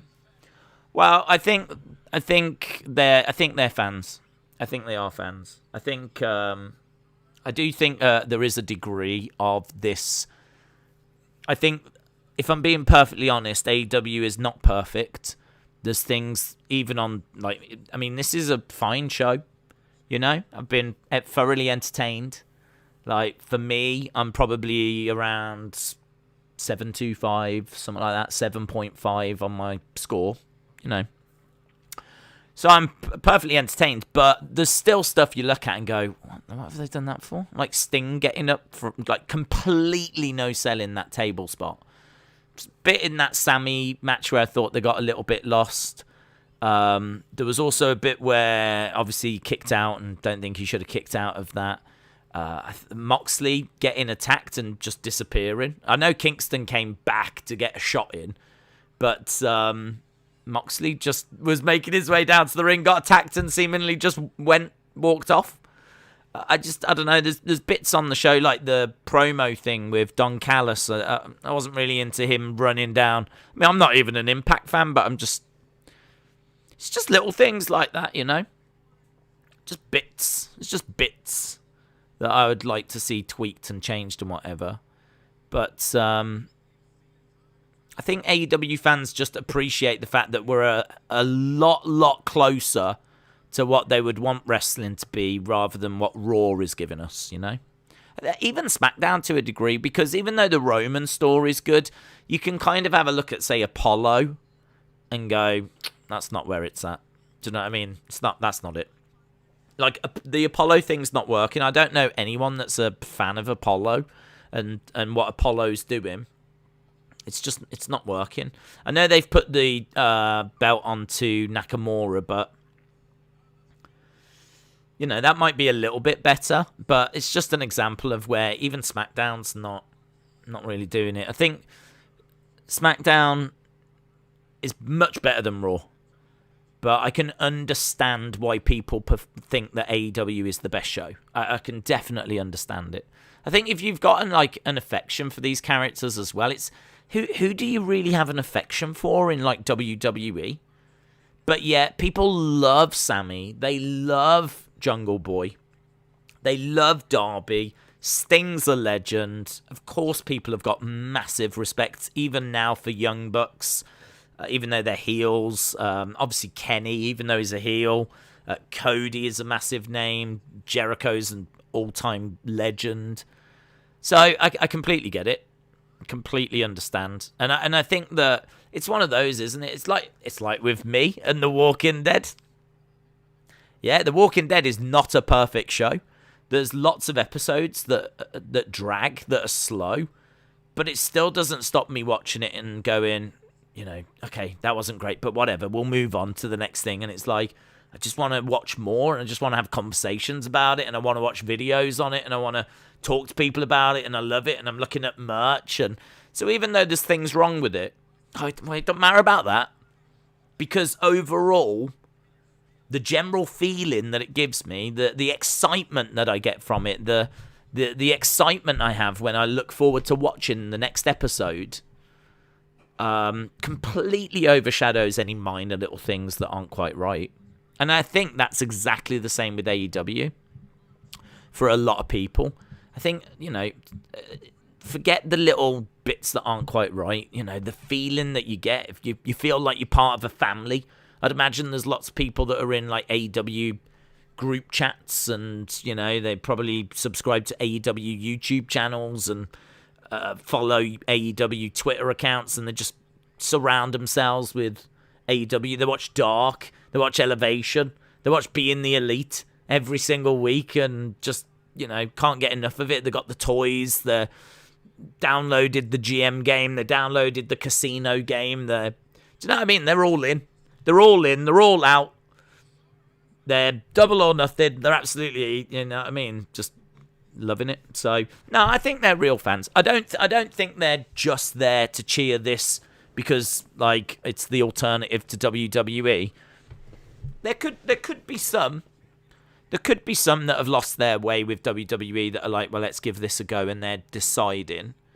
But I think, by and large, the vast majority are really into it. And I see why. I can see why. This is consistently one of the better wrestling shows of the week. My only issue with AEW fans, hardcore AEW fans, is where they try to convince you that this is the greatest thing in the world. And I disagree with that. I think it is. I think it is flawed quite on a regular basis. But I do also think consistently it's one of the better wrestling shows of the week. Crossbody to the outside, Luchasaurus goes down. So we're underway with Young Bucks and Jurassic Express. But yeah, those kind of hardcore AEW fans that's just like, no, they can't do anything wrong. Everything's amazing that they do. Like, every show's 10 out of 10. I disagree with them, and I disagree as well with any WWE fans that feel that way about Raw or SmackDown. Like, to me, there is no wrestling show that's like 10 out of 10 at the moment. There's no wrestling show that's knocking it out of the park. But I do think, considering these guys have only been around since, 2019, you got to give them credit. What they've been able to do within a couple of years, and how they've been able to grow, and the stars they've been able to build.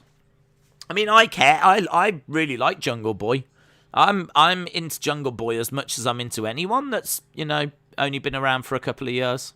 Sammy Guevara, I'm not really bothered by. But I do like Jungle Boy. I appreciate Darby Allin, great talent. So they have done a decent job of building up some stars.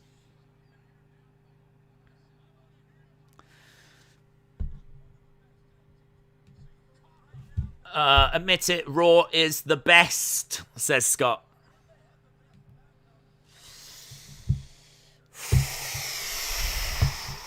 Raw is something, but it's not the best. I'm not even sure Raw's the best wrestling show on a Monday, and I don't even think there is another one. It's pretty ropey stuff in it. I think Luchasaurus is underrated, says Shark to PR. Yeah, I think he's good for a big guy. I do think he's overshadowed by Jungle Boy, though. I think Jungle Boy's got a lot more potential. But Luchasaurus has definitely got potential. MJF is the best of the new talents, says Ron. Raw is more child-orientated than SmackDown. I would agree with that. I think it is more child-orientated than SmackDown. I do still think that SmackDown, I've said for a while, it has a lull in the middle. So, like, you know, you'll get, like, Roman at the start, Roman at the end. There might be, like, a Bianca thing in there, or there could be, like, a good segment that grabs you. But there are moments when it really does dip down in quality. Kind of feel like with AEW, I mean, look at this episode. We started with Sting wrestling, right? I mean, that's amazing. Then, like, we carried on with Sammy and Sean Spears, and we got, like, railings being used, and Sammy had proposed, and they keep the energy going really, really well. So then we had that. Now we're into this match with, this is a tag match with Young Bucks and Jurassic Express.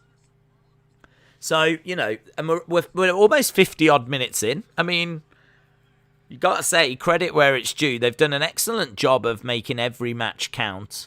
I don't feel like any of the matches that we've seen so far should have been on Dark, should have been on Elevation, or anything like this. I feel like I'm getting proper good, high-quality matches.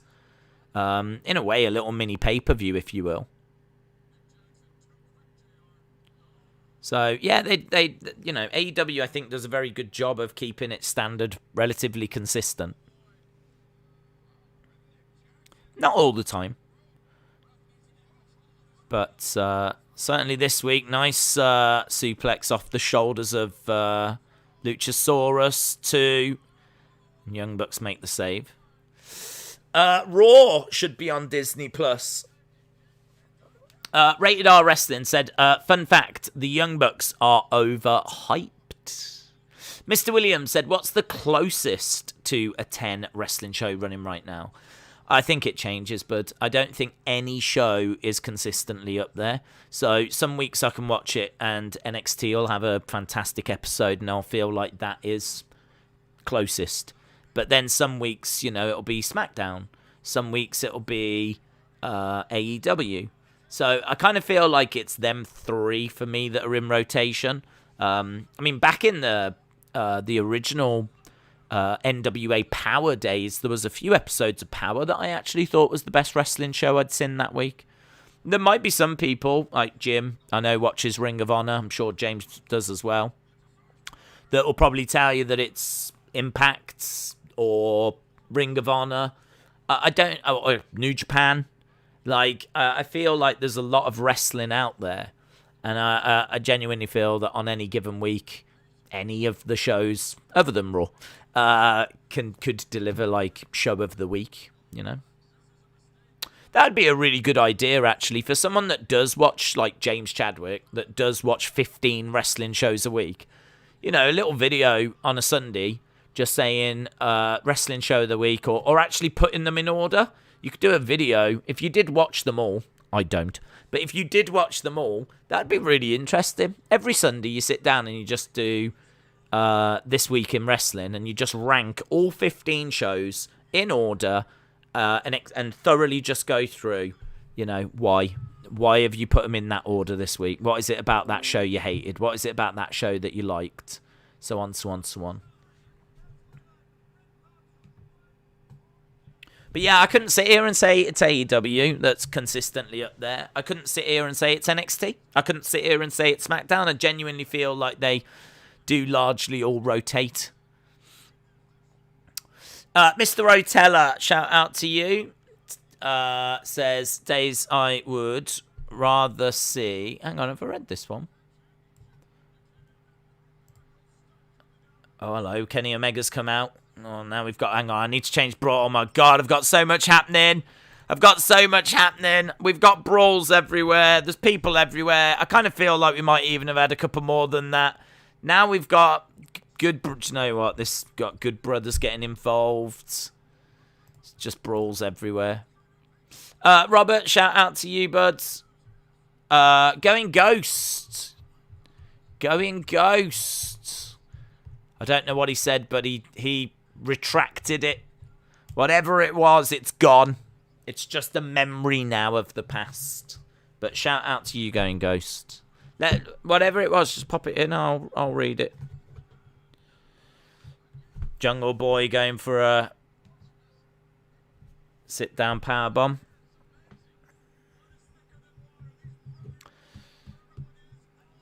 Jungle Boy's having to take out all these. Is this not a DQ? I don't understand what's going on. Is this no DQ?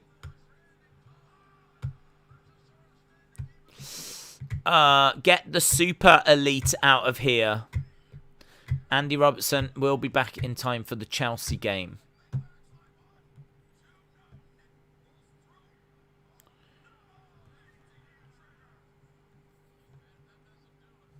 Okay, a couple of V-triggers on Jungle Boy. And there we go. Young Bucks win. Austin says, great match. Young Bucks are exceptional. Jeremy said the ref was terrible. Yeah, I don't... surely that was there was DQs everywhere. I mean, why didn't the ref throw people away from ringside? Like...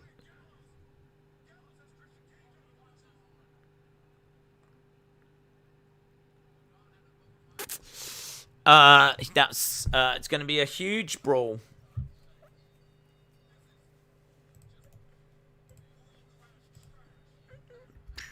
Well, yeah, there's another one. I mean, I don't know if I can... I mean, I'm up to 5, and I don't feel like that's OTT, to be honest. This is what annoys me, because Jurassic Express have had multiple titles, and they keep losing. That's not making them look strong. It makes them look weak.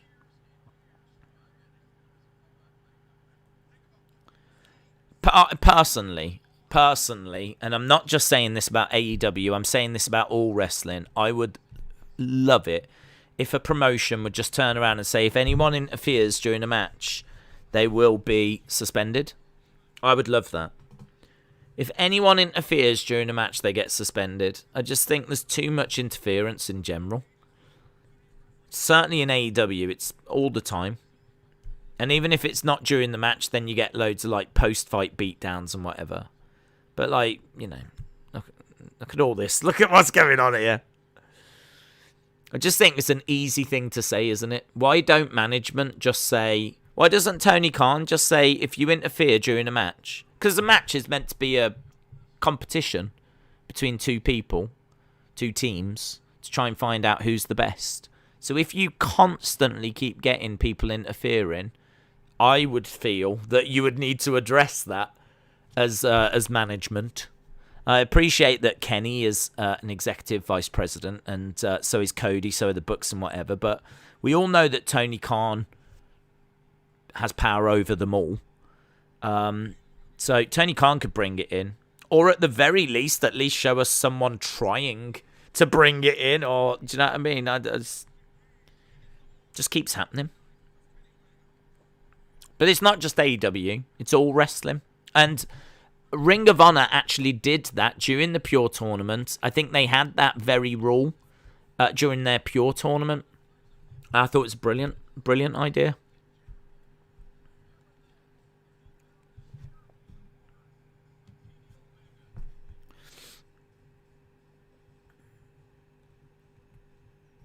The thing as well is that you could still have someone come down and interfere and get suspended, but it would just mean more, wouldn't it? Like, they are sacrificed. Like, for them to interfere, they must have had to have done it. Like, it must have been really important, because now they've been suspended for a month. You know, they're not going to get paid for a month. So, storyline-wise, it must have really been important. And it would mean more if someone did it. I just think it's all a bit like cheap and pointless and throwaway. I loved that Ring of Honor Pure tournament. Yeah, I thought it was really good. I was really impressed with what I saw. It was just such a shame there was like no fans there for it, because the actual quality of the matches was excellent. It's really good. Here's Britt Baker.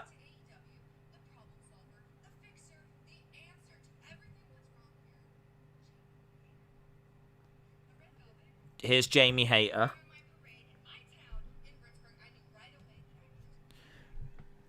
So we've got Reba. We've got Jamie Hayter.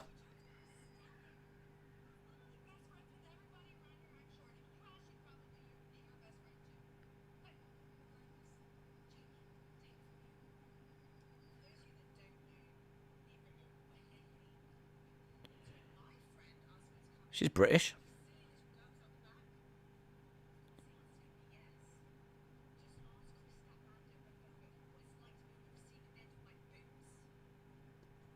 Sounds like Mary Poppins.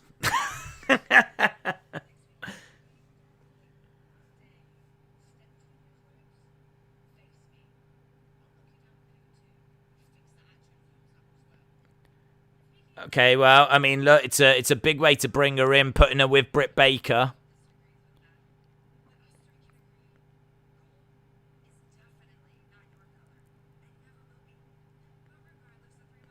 She is painfully British, isn't she?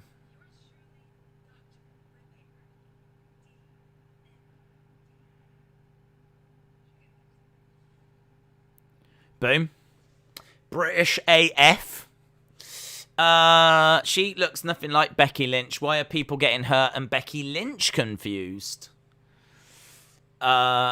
British Bobby. Daze, do you agree that Riddle has been one of the few successful NXT call-ups? I think he's done so much in the space of a year. I would agree he's been one of the few recent call-ups that have been a success, but I mean, there's a lot that have been successful over the years. But yeah, I would agree that he's been one of the more recent success stories. Daze, what did she say? I don't speak British. To be honest, even I didn't catch all of it. She was having a go at like Chris Statlander, I think, and then saying that she'll face her next week or something. I don't know. And then something to do with fish and chips and the Queen. Get in your halftime scores. Halftime scores. Legend Killer said, Days, I am watching AEW Dynamite. Amazing. So am I, my friend. Legend Killer, shout out to you. Let me know your halftime score. And everyone, let me know your halftime scores. Mr. Rotella said her finishing move is a spoonful of sugar. It is, yeah. Oh my God! It's the battered sausage! Because they sell them at fish and chip shops as well. You can get a battered sausage, guys. Just like Ric Flair. Corvid 76 says 8 out of 10. Max says 7.5. Jordan says 4. Austin says 6. Brian says 7.5. Does garlic really work on vampires? I'm asking for a friend, says Miss Clown Mom. Wrestling Days Stan says, guys, I'm new to this channel. Shout out to you, Wrestling Days Stan, who's new to the channel but has a membership thing that suggests they've been on the channel for a while. The plot thickens. Austin316 says 6. Brony says 6.25. Heather says 7.25. Corvid said, what exactly is a crumpet? Good question. I had one of them the other day. I'll show you. I will show you a crumpet, and you will marvel. I tell you, man, they are nice. I had crumpets the other day. I don't know if this is like an English thing. I'd imagine it probs is. Let's try and find a nice picture of a crumpet. A little bit of an English crumpet. I can't really find a good picture. That'll do. I don't quite know what a crumpet's made out of. It's a bread. It's like a bread. It's like a dough. When you cook them, you pop them in the toaster. But they're quite airy. Light. But you cover them in butter, and look at that. Look at that right there. That's the newest English tag team that's coming to AEW, the Crumpets. The Crumpets. Oh my God, it's the Crumpets. Hello, God. Gee whiz, is this AEW? Oh, it's the Crumpets. That's what the Iconics are going to be called now. The Crumpets. So, yeah, they've got, like, holes in. And then, like, you put the butter on, it melts into the holes. And it's just all this gooey, buttery, bready, airy wonderfulness. It's just beautiful. So, yeah, it's nice. I suppose it's kind of similar to a pancake in a way, but with, like, air in it. And then you've got the butter on it. It's all like... And you have them hot. Pop them in a toaster. So there we go. Crumpets. There's the pen. There we go. Tick. That's done. Here is... Not Big Show. Well, I'm not the Big Show. Not Big Show. Formerly Big Show.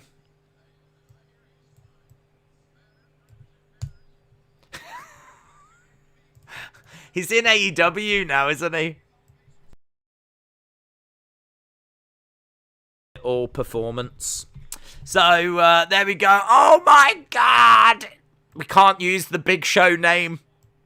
So, we'll go with just a little performance.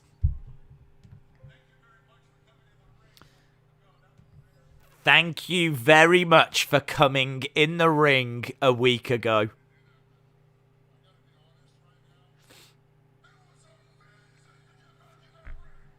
Yes, little performance says it was amazing to get back into the ring.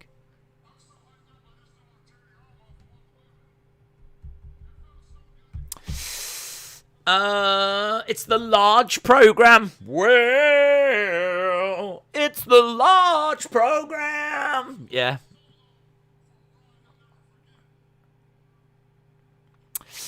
Days, what are your thoughts on scones? I do like a scone. Yeah. Big fan. Muffins, scones, crumpets is the name of my new album. So if you are a fan of folk music, English folk music, then Muffins, Scones and Crumpets will be dropping in October. Yeah. No, I'm a fan of all of them. Sign me up. Why are you offering? You inviting me round, yeah? I'll bring the crumpets.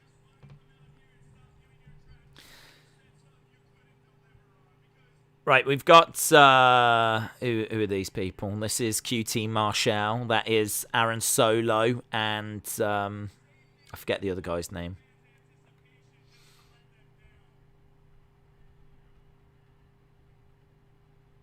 Quasimodo? Is his name Quasimodo? Quasimodo, Alan Solo, Quasimodo, and QT Marshall.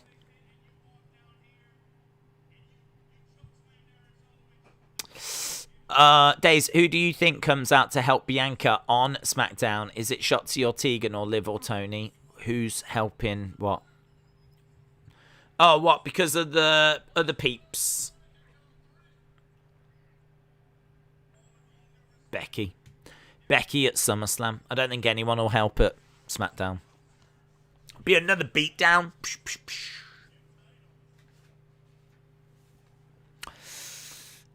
Crumpet versus Waffle.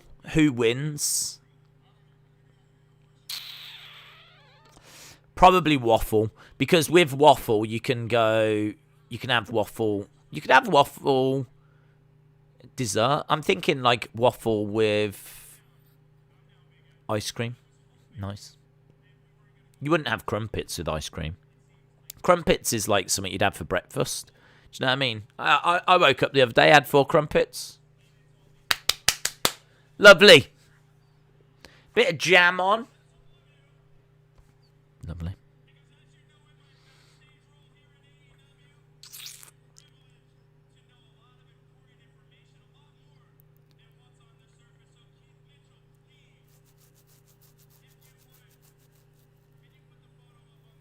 Can you put the photo up? There's a picture.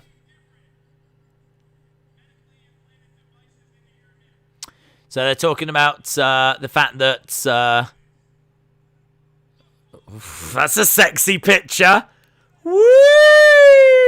Da-da-da-da. Da-da. I tell you, did you ever dream of seeing Big Show with his underwear pulled down? Woo! On a big screen. Da-da-da-da. Is it me or is it hot in here? Woo! They were showing off the scar, but almost saw the Big Show. Almost saw Big Show. Almost saw Big Show's Big Show.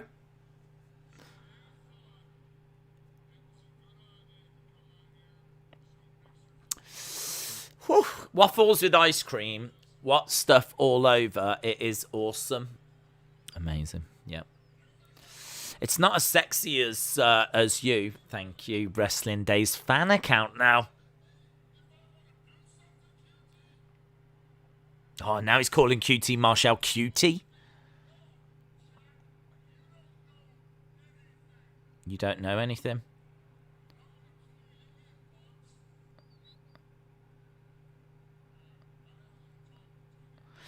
He's not a great promo, is he, Big Show? I mean, little performance.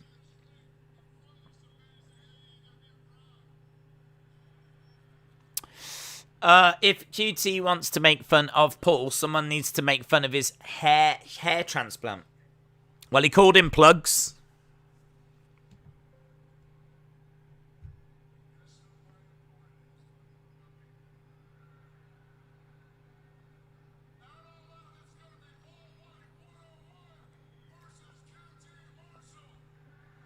So it's going to be Paul White versus QT Marshall at All Out.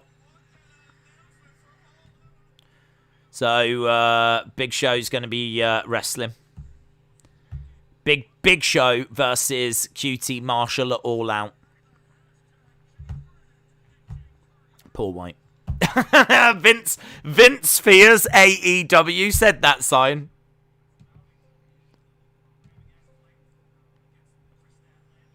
Vince fears AEW.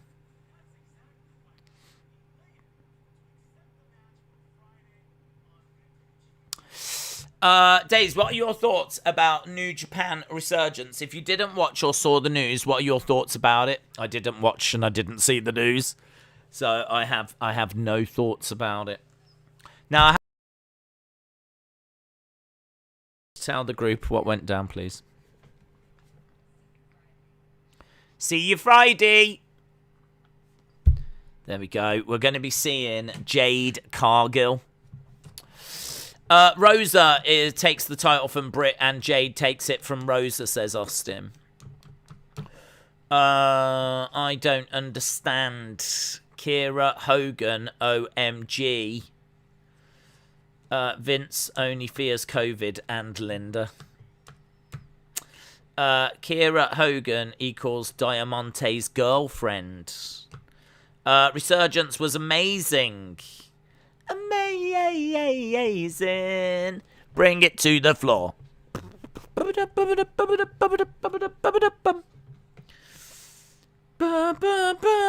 Yes, but was anyone scared of a sword? I'm sorry, was anyone scared of a sword? Because was there a doll that winked? Because if not, then that explains why I didn't watch it. Days, can you download the Young Bucks Moneymaker app? They've added a new form of currency. It's called Good Eats Levels. No. Are they still trying to get Cade Jargill? Are they still trying to get Jade Cargill over? Yes. I love Drew's sword, says Austin316. We know. We know. Scott, shout out to you.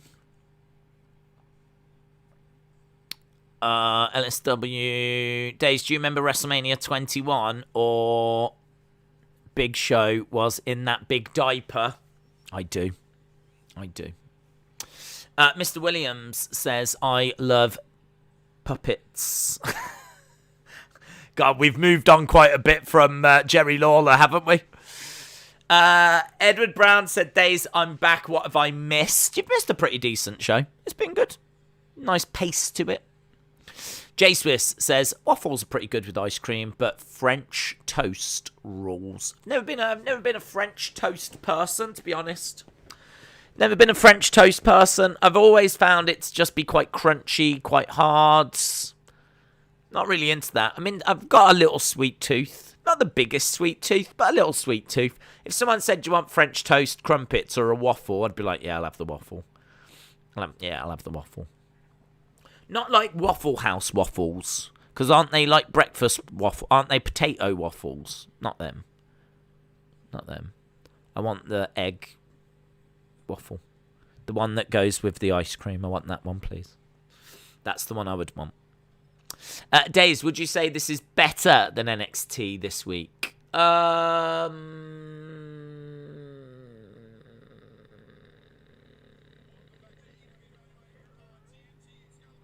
Maybe. I'd say it's about the same.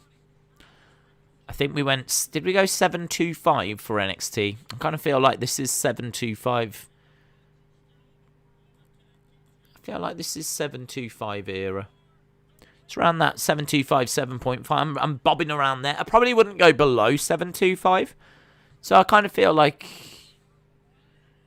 Yeah. What I would say is this has got a nice energy. I think the energy's better here than on NXT. Whoever made the French toast obviously did it wrong. Is it not crunchy? I thought French toast had, like, egg. Is it not, like, toast covered in egg? Let's have a little look. Let's have a little look. French toast. It's bread soaked in egg and then pan-fried. Yeah, is it not crunchy?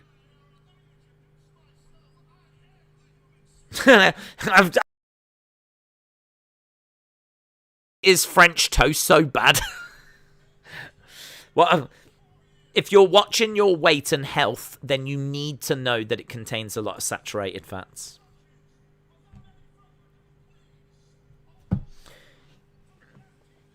Here is Taz and I think, is that Goldberg's son?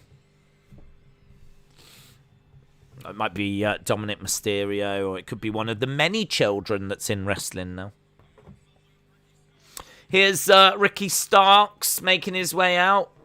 Absolute Ricky Starks. It's not crunchy. Oh, I had it and it was... I didn't have it soft. French toast is just a thicker toast, from what I understand. I've never seen a crunchy French toast. Then, yeah, maybe they've burnt it then. But hang on. Toast is quite crunchy. Like, do you know what I mean? Like, I suppose it depends how long you toast it for, how long you do it, but toast is quite crunchy, isn't it? I feel like right now, me and the chat are on different wavelengths. In my mind, toast is quite... Yeah? And then if you put in, like, spreading eggs so it's a bit thicker, I'm being told, then that would make sense, wouldn't it?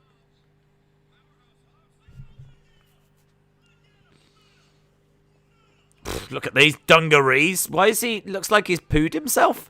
Looks like he's pooped himself.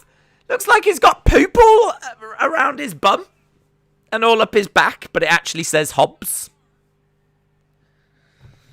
Not feeling them dungarees. I think the optics on that are not great. Right, there was a brawl there, guys. Another one. Brawl number 6. Yes, but the bread is soaked in egg and milk for a long time before you fry it. Fry it? Fry? I mean, look, all I'm going to say is I have had French toast.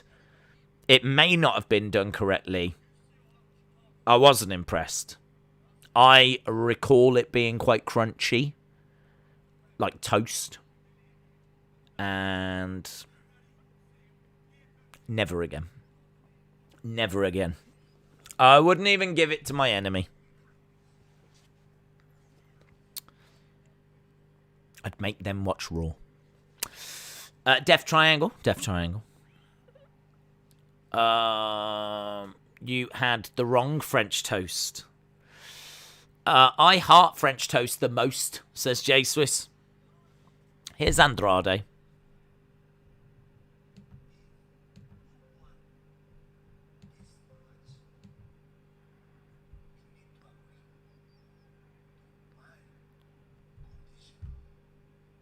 What? There's a big booklet. Big booklet of conditions. Dave, have I missed any fan or stan accounts? No.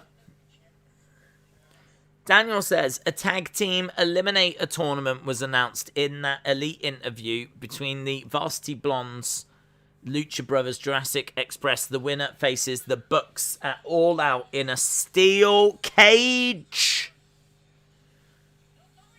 Boom. Here is Penelope. Penelope Ford.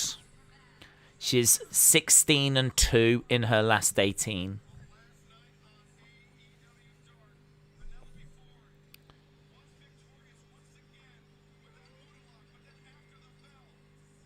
Who's she facing? Thunder Rosa running down.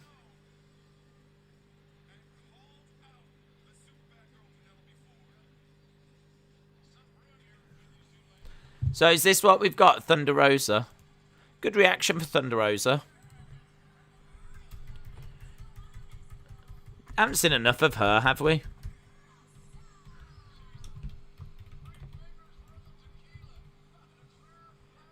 Great reaction for Thunder Rosa. Absolutely brilliant reaction. She deserves it. Great wrestler.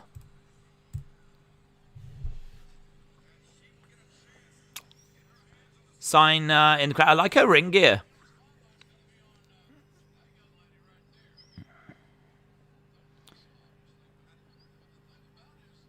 It's nice ring gear. It does come across a little bit like Captain America, though.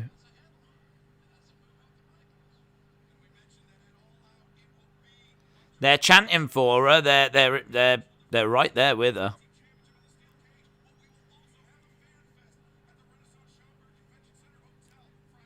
Popular? Thunder Rosa chants? Drop kick. I mean, she lays in hard with her stuff, man. Big chop by Thunder.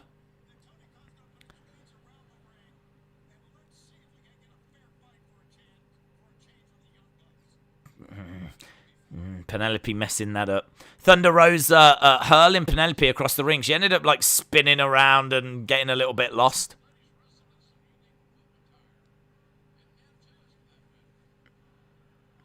Rosa charging over at Penelope. Penelope moving out of the corner. Penelope charges over. She goes into the corner. Kick to the midsection. Penelope slumps down. She's still getting kicked at. And again. She is very aggressive. Properly firing in her attacks. No. Against the ropes goes Thunder. Up over the top to the outside goes Penelope. Nice strike by Thunder. I can't tell you, Penelope is not coming across brilliant in this match. Been a few times where she's just seemed to get a little lost.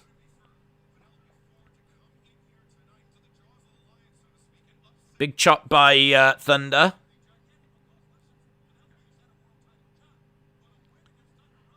Up on the shoulders of Thunder. Death Valley? Death Valley? No. Penelope jumps down, hurls Thunder into the ring post. Cutter. Nice. It's good by Penelope. Right. Thunder is crunchier than French toast. Penelope Rose Rosa, the Battle of the Rosas. Ford. There we go. I'll give her her actual name. I was so impressed we had Thunder Rosa, and I was so excited that everyone was Rosa. Zahir Rosa, William Rosa, Austin Rosa 316, Robert Rosa, James Rosa, Brony FN Rosa, Sonny Rosa. Everyone was Rosa for a moment. Daniel said, Thunder has been getting big reactions on Dark. She got a massive one recently on Elevation. Now she's signed. We should see her on a more regular basis. Do you think Becky will return at SummerSlam or normal shows? I think there's a chance we see her at SummerSlam. I think it would benefit from something like that. Penelope backing up. Drop kick to the back of Thunder. Rosa versus Rosa. Which one is Rosa? Is that the one with the face paint? Yes. Yes, it is.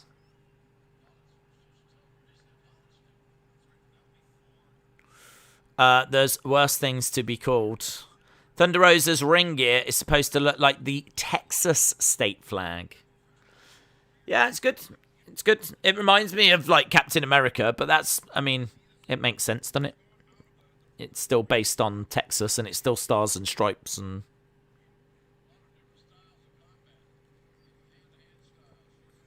But, yeah, I'm sure Texas appreciate it.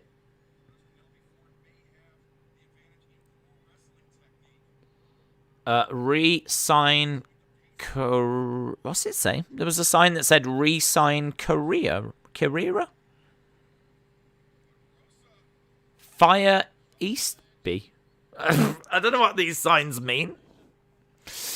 Days, do you think Becky will return? Oh, I read that one. To be fair, Penelope has got a lot of face paint on too. Thunder Thug Rosa.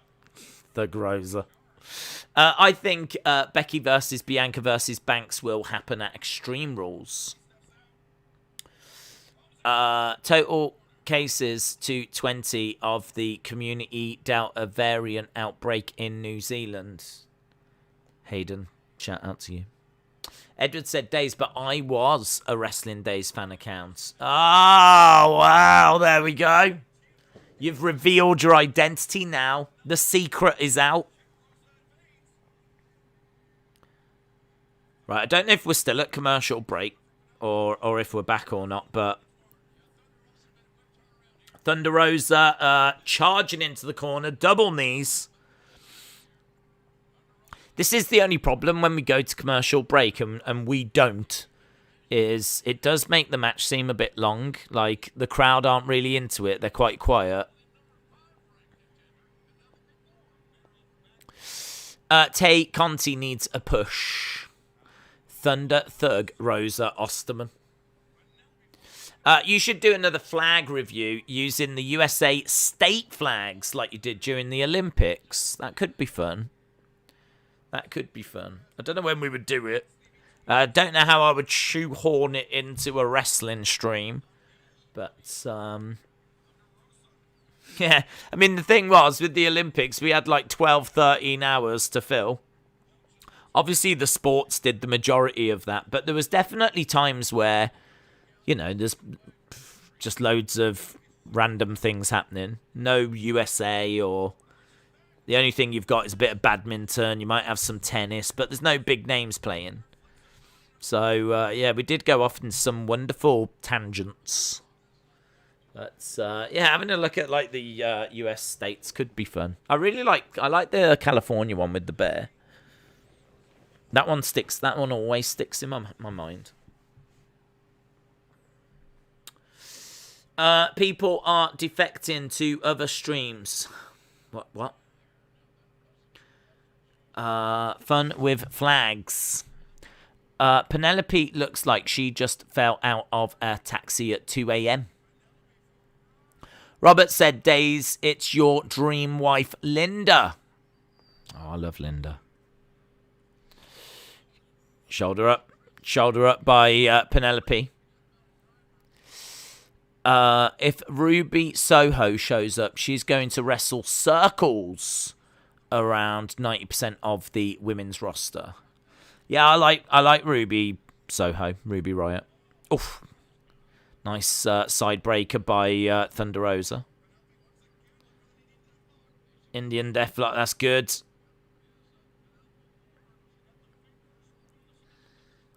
It's nice, but she bends over. Is Thunder getting out of it? She does. She does, and she has. Nice submission move. Is Penelope going to tap? Yeah, she taps. Kind of feel like the crowd were red hot for that, and I think the commercial break hurt it. But Thunder Rosa gets the job done. Oh, she seems to be in real pain there. I don't know if she's done something, but she seems to be in real pain.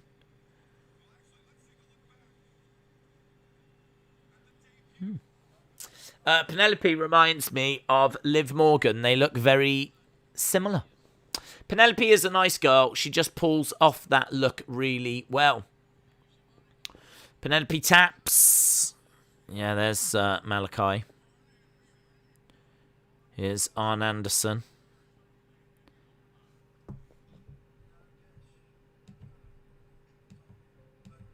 He said he's going to try and not get emotional.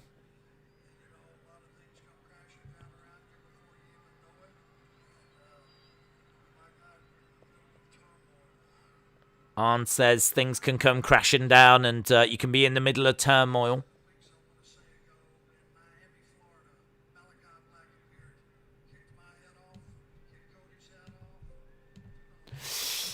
Look, it's Brock and her son.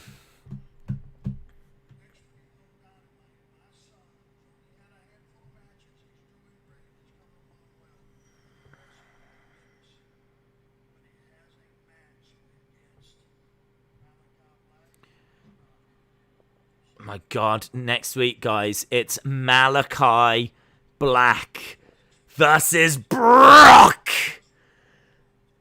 Anderson next week. That is huge. That is huge. That is huge.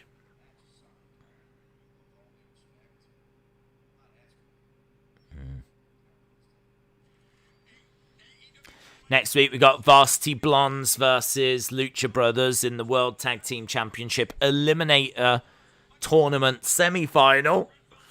Red Velvet versus Jamie Hayter. Orange Cassidy against Matt Hardy. Matt Hardy. Malachi Black versus Brock Anderson.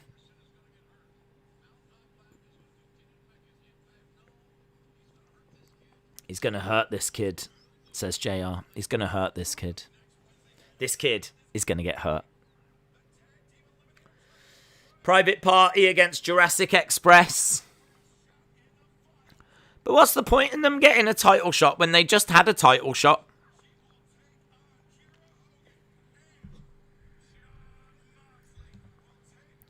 Is there CM Punk chance?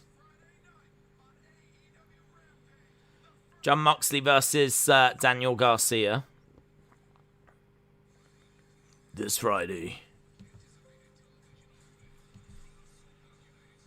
Sold Out United Center in Chicago. There's only one first dance. Rampage. Rampage. Rampy Pampy Pampage. It's going to be big, innit? Yes. This is the final labor for Jericho. A nice warm cup of tea with some beautiful, delicious tea, clotted cream, and a scone, and some jam. Now that is something. Tahil said CM Punk will come out after the tag match with Moxley Kingston versus 2.0 because Darby and Sting will interfere. Christopher said the final labour for Jericho is lifting Nia Jax. Bryan Danielson could form a faction with Daniel Garcia and Lee Moriarty, and the wrestling world would be the better for it. Right, MJF versus Jericho coming up after the break. We've got 25 minutes to go. 25 minutes to go. And one more match. MJF will lose. Malachi Black is a future champion. The first dance, but isn't it the second Rampage? Yeah, but it's all connected with Chicago in it. Chicago in the Last Dance.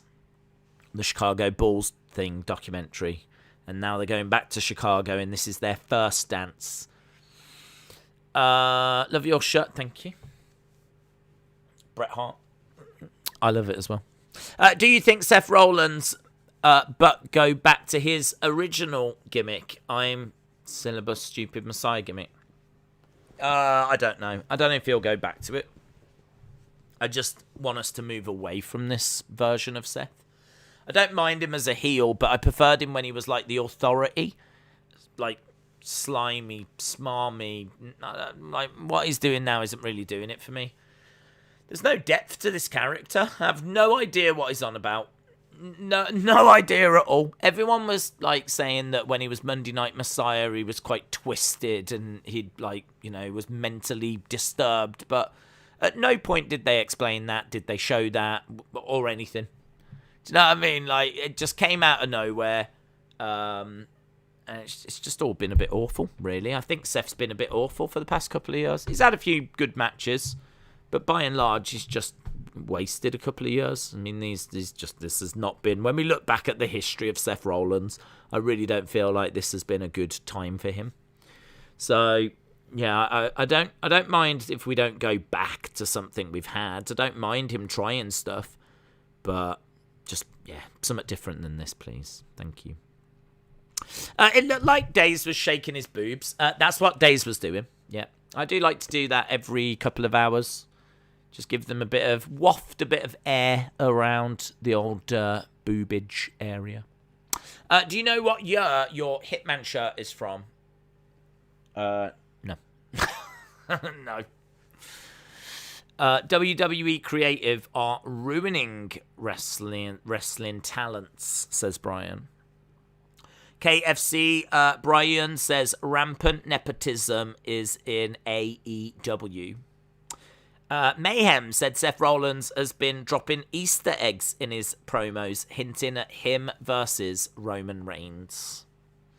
I could see that. How is UFC and SummerSlam going to work on Saturday? Well, my focus is SummerSlam, and I'll have UFC on sort of in the background. Thankfully, it's not the biggest show. It's not like one of their big monthly shows. It's a fight night. Means that I would imagine a lot of the card is going to be people making their debuts or people that are like 0-1 in the UFC looking for their first win. So I'd imagine it's going to be largely that. Main card looks okay. Main event looks really good.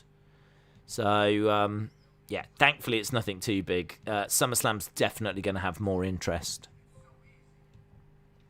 Here's Moxley.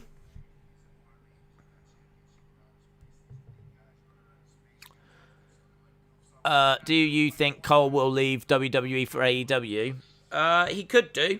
He could do. It depends what offer's on the table. Vince has given him a great offer. Apparently Vince has offered him $1 million.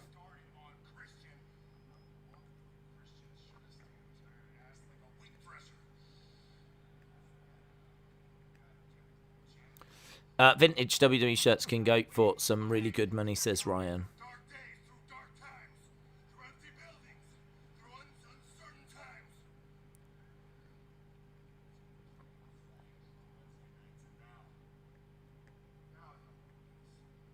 Okay.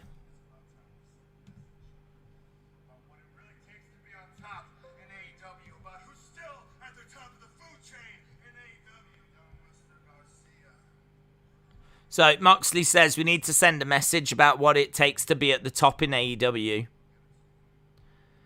And he said, Garcia, I'll give that to you.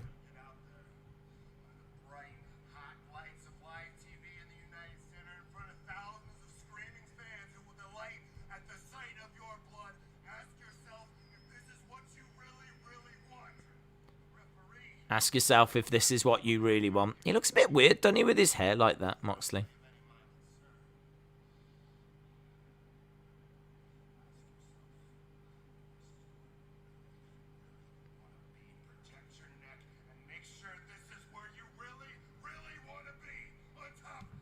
Is this where you really want to be? At what point do you think AEW will start getting frustrated and ask for their release? Listen, I think whilst it's all good, it's all good. I think whilst the ratings coming in and things are building, you know, and they can see that this is like a promotion that's got some momentum. You know, I'd imagine Tony's the kind of person that's going to listen to people. If they're unhappy, he'll make sure they get, you know, something on Dark, something on Elevation. People have probably been waiting for Rampage because that's even more. It's a third hour of TV. This is why I don't think they should use the same people on Dynamite and Rampage. I think there's enough to go around. So I wouldn't use both. I kind of feel like, you know, it's a third hour, but it's got a couple of days break in between. And, you know, give us something different. Give us something different on Rampage. I don't want to be seeing people on Wednesday and then again on Friday. So I kind of think if you're getting a bit frustrated, you know, you can have a word with Tony. I think we're all right for the big guys. But because I think that whilst it's all good and while we're now getting back onto the road, and I think while Jericho's about to leave, Rampage has come in. I just think there's constantly little carrots that can be dangled. Like, you know, you'll get your opportunity once this happens. You'll get your opportunity once this happens.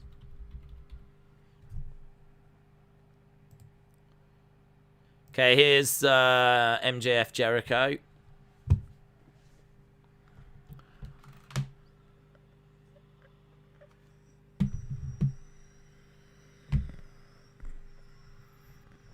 Okay.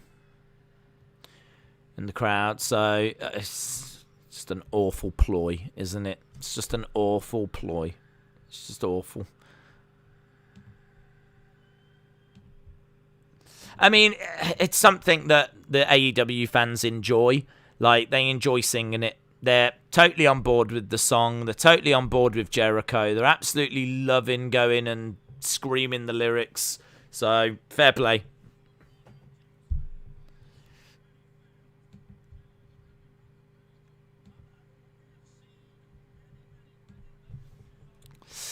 The demo gods. They should have had Sammy lead them in that song. That's how you know you're over. You can come out and people will sing your entrance music. Mayhem said, Days, do you think that the people like me who have a Fiend mask, backpack, gloves will be worth any value in the future? You could never say if it will or if it won't, to be honest. I mean, it depends how the character is remembered. If the character's remembered as an iconic character that people want original merch of, then they could be worth something in the future. Maybe not loads, but they could hold their value, go up a bit. But it's hard to say, isn't it? I mean, is the character going to be remembered like Papa Shango? Like, if you had original Papa Shango merch, is that going to have gone up that much? I don't know how that character's going to be remembered. So, I don't know. It's impossible to say. I mean, what we do know is that retro shirts do well. Interesting things do well. So, like, an original Fiend mask, I'd imagine, would at least hold its value. At least hold its value if you've got like I don't know about backpacks. I don't know how backpacks tend to do. But yeah, interesting little bits like that wrestling fans will find interesting in the future. I reckon you stand a chance. That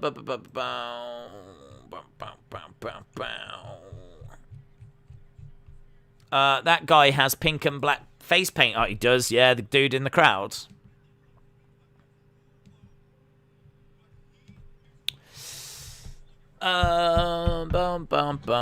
Who do you guys have winning, says Austin.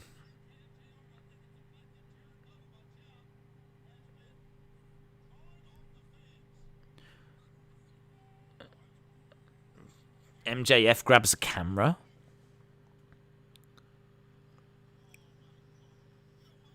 Sticks a finger up. Should he not be focused on Jericho?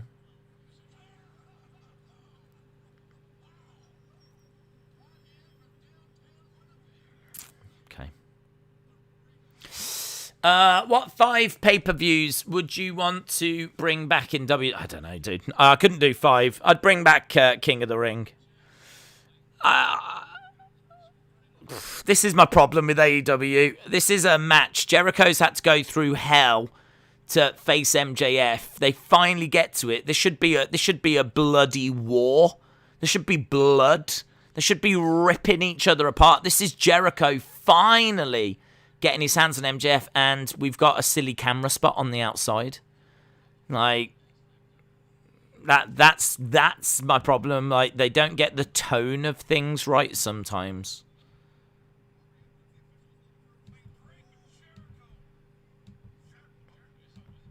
Let's see how it goes, though. It could build to that still. Couple of kicks coming in by MJF. MJF posed into the fans.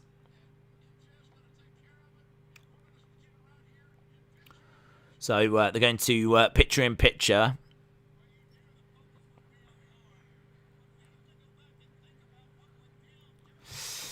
Cyber Sunday I would bring back, says James Chadwick. Brian said 12 minutes, blood will flow. I can't believe they didn't save this match for All Out, says Mark. Right, we are...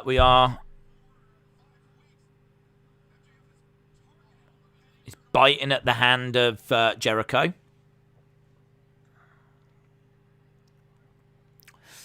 Days will CM Punk be called DM Sunk by AEW?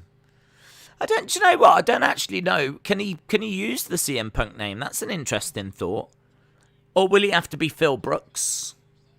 I don't know. I don't know. I honestly, I don't know. In my mind, he was going to be CM Punk. Jericho will pull out a pizza cutter.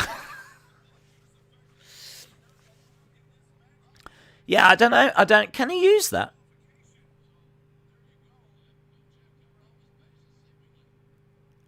How is your day going, De Silva? Shout out to you. It's going all right, man. Yeah, it's going all right.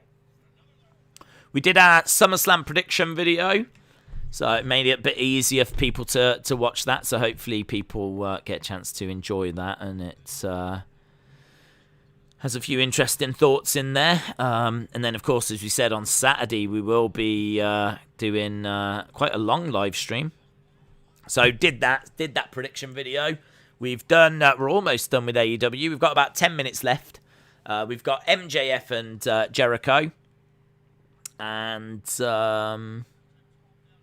might even treat myself to a Walking Dead episode after this. I know. I'm really into it. Are you going to do a takeover prediction video tomorrow? Nah, probably not. Probably just start a bit early and do them like before takeover. There's Jericho chant. He did use that name before WWE. I didn't know if they had trademarked it though, because like Keith Lee was Keith Lee outside of WWE, but WWE have been trying to trademark Keith Lee. So I didn't know if WWE had trademarked CM Punk, and I mean, I would imagine if they had, we probably would have heard about it by now. So the fact there's been no talk about what is Punk going to be called makes me think he is going to be CM Punk. So they mustn't have done that.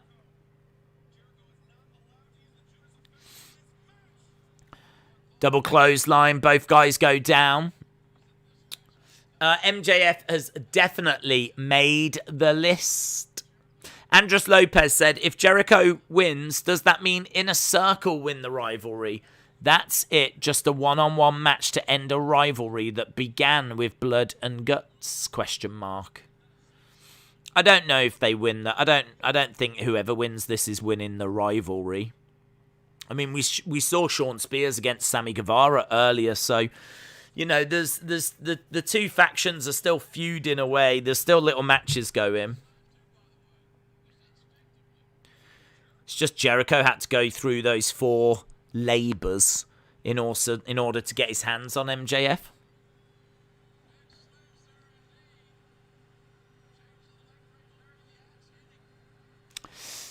Don't bring back the Boomer TV show conversation. To be fair, it took them long enough to give Cody his Rhodes name back. That's true. He does own the name, just like Ryback owns his, even though WWE did try to steal it. Why does AEW feel more exciting than all of WWE shows combined? I think the pace of AEW is better than the WWE shows. And I think the star power as well, in regards to, you know, they can bring out the Bucks, they can bring out Jericho, they can bring out Moxley, like, they've got like a nice, kind of feel like WWE have got that, but they are spread a little bit. And like when you look at SmackDown, I kind of feel that they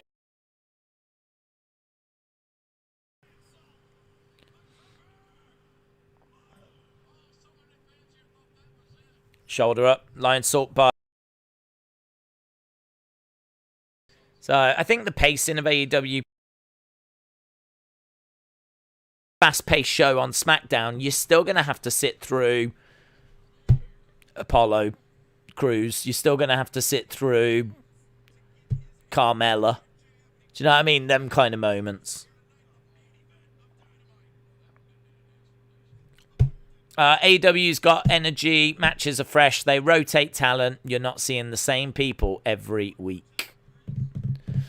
Austin said, this is awesome. I wouldn't say that. AEW crowds do chant that a little bit too much. Jaden said, it's petty from WWE. Let's be honest, you leave. It's like, well, you're not having your name. Jay Swiss says, AEW caters to fans. WWE caters to Vince. Ryan said, AEW crowds would dominate WWE crowds. WWE does have the star power, but their rosters are split. I agree with that.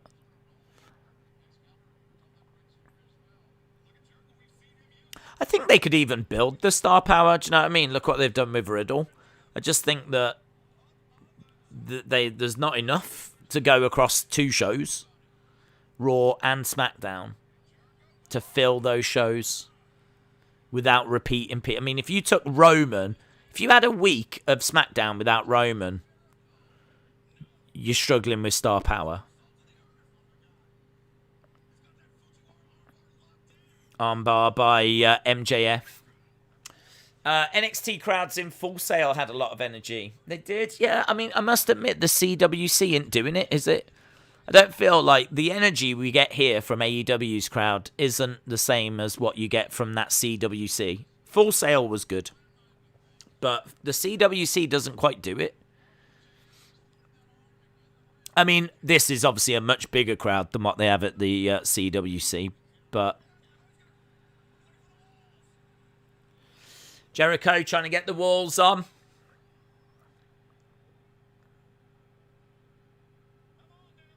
Trying to turn it over. He's got it. Jericho has the walls. MJF kicking out at Jericho. Jericho going over to the corner. 5 minutes to go.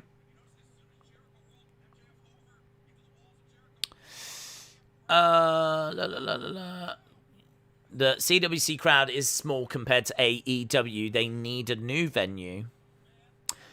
Daniel said AEW's crowd are much more lively, and it's loads of adults and not children, and that brings massive energy. Jaden said, I literally cannot agree more. SmackDown is literally all about Roman. If you take him off, you've got Big E, Cesaro, Kevin Owens, Baron Corbin, who begs for money every week. I mean, those are decent names, but if you don't book them right, do you know what I mean? Like Cesaro feels a little bit dead in the water at the moment. Like, if it was a Cesaro segment, you'd be like, okay. You're in, if it's a match, you're going to have a decent match. If it's a promo, you're not having a great promo. But it doesn't feel like a big segment. It doesn't feel like this is must-watch. Like, if Cesaro comes out, it does feel like you could make a cup of tea, have a coffee, skip it, you ain't going to miss anything. But I think with AEW, they do a good job of the show having a lot of energy. The crowd bring a lot of energy. The pacing's good. They've got a nice supply of like people that they can use, and you never quite know what's going to happen when. But they do well at making things happen throughout the show. I do think they rely too much on brawls. I do think they rely too much on outside interference, but you still can't take away that there's always things happening. And it's like, when you're done with that, right, let's go to a promo, let's, go to a backstage interview, let's go to a match, now we're in the crowd. Here's Thunder Rosa, I haven't seen her for a while. Do you know what I mean? Like, it's good, they mix it up, it is good. I'd say this show's been better than NXT. Not by loads, but I think this week it's been better. I still don't think that this match has been brutal enough.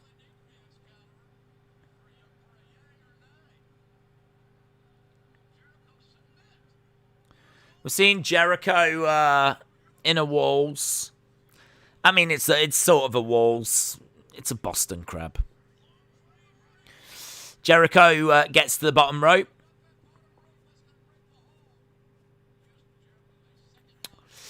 Don't you think there should be a little tease before the end for Punk, says Welsh Warrior? Well, I did wonder what they would do. I did wonder if there would be something that would be like a mystery person.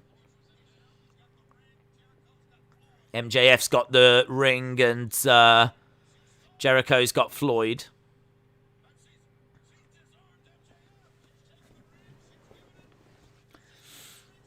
In the midsection with Floyd. Oh, he went for the Judas, but he can't do it. Judas by MJF.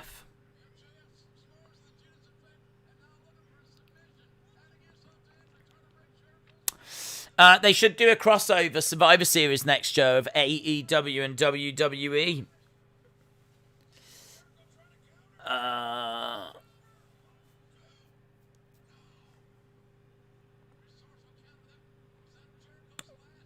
Okay, MJF's got Jericho's arm.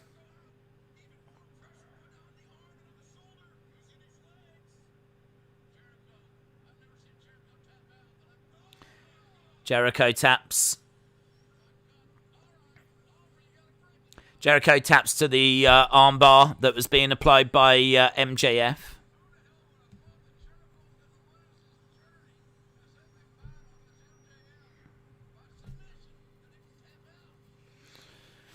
There's fireworks happening. Yeah, it's a big night. MJF has beaten Jericho, and we're celebrating. MJF wins. Called it. Said Lister Jericho. I would love to have seen Everrise pair up with Sami Zayn as the cameramen for the conspiracy stuff.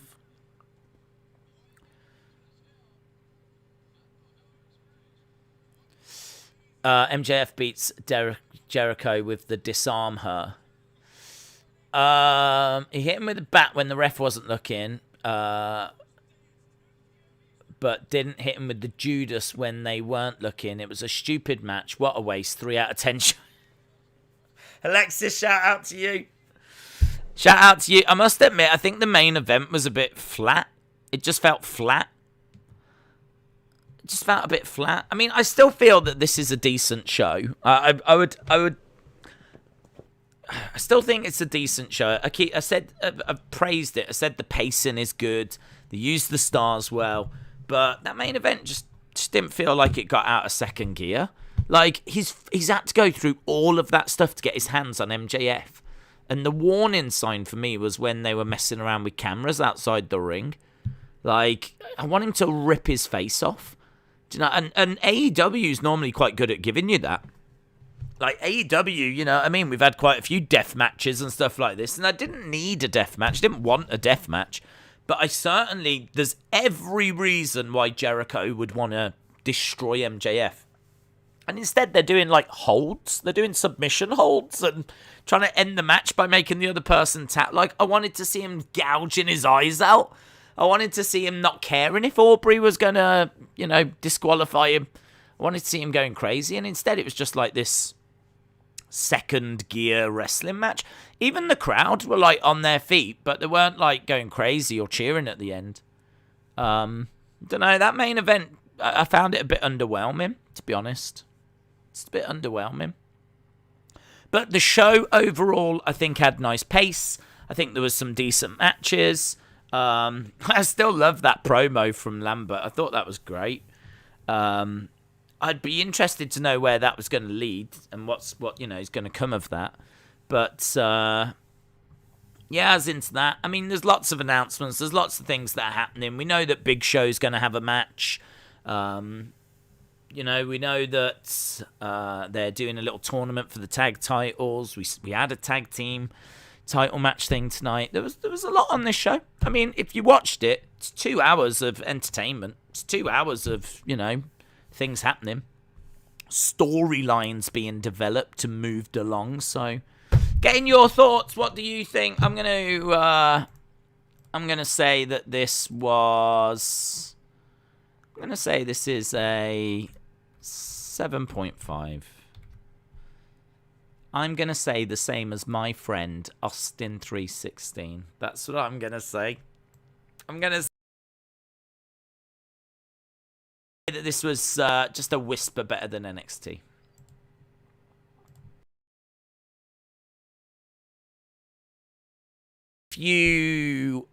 If the things that we've pointed out you feel are just really minor, and you love the show, and so for you this was an 8.5, 8.75 sort of a show, I could get that. I could understand it. If you're like, nah, that main event did it for me, and all the little bits that have knocked the score down a bit for me, people might be like, nah, I'm not bothered by that. I really enjoyed it. I would get that.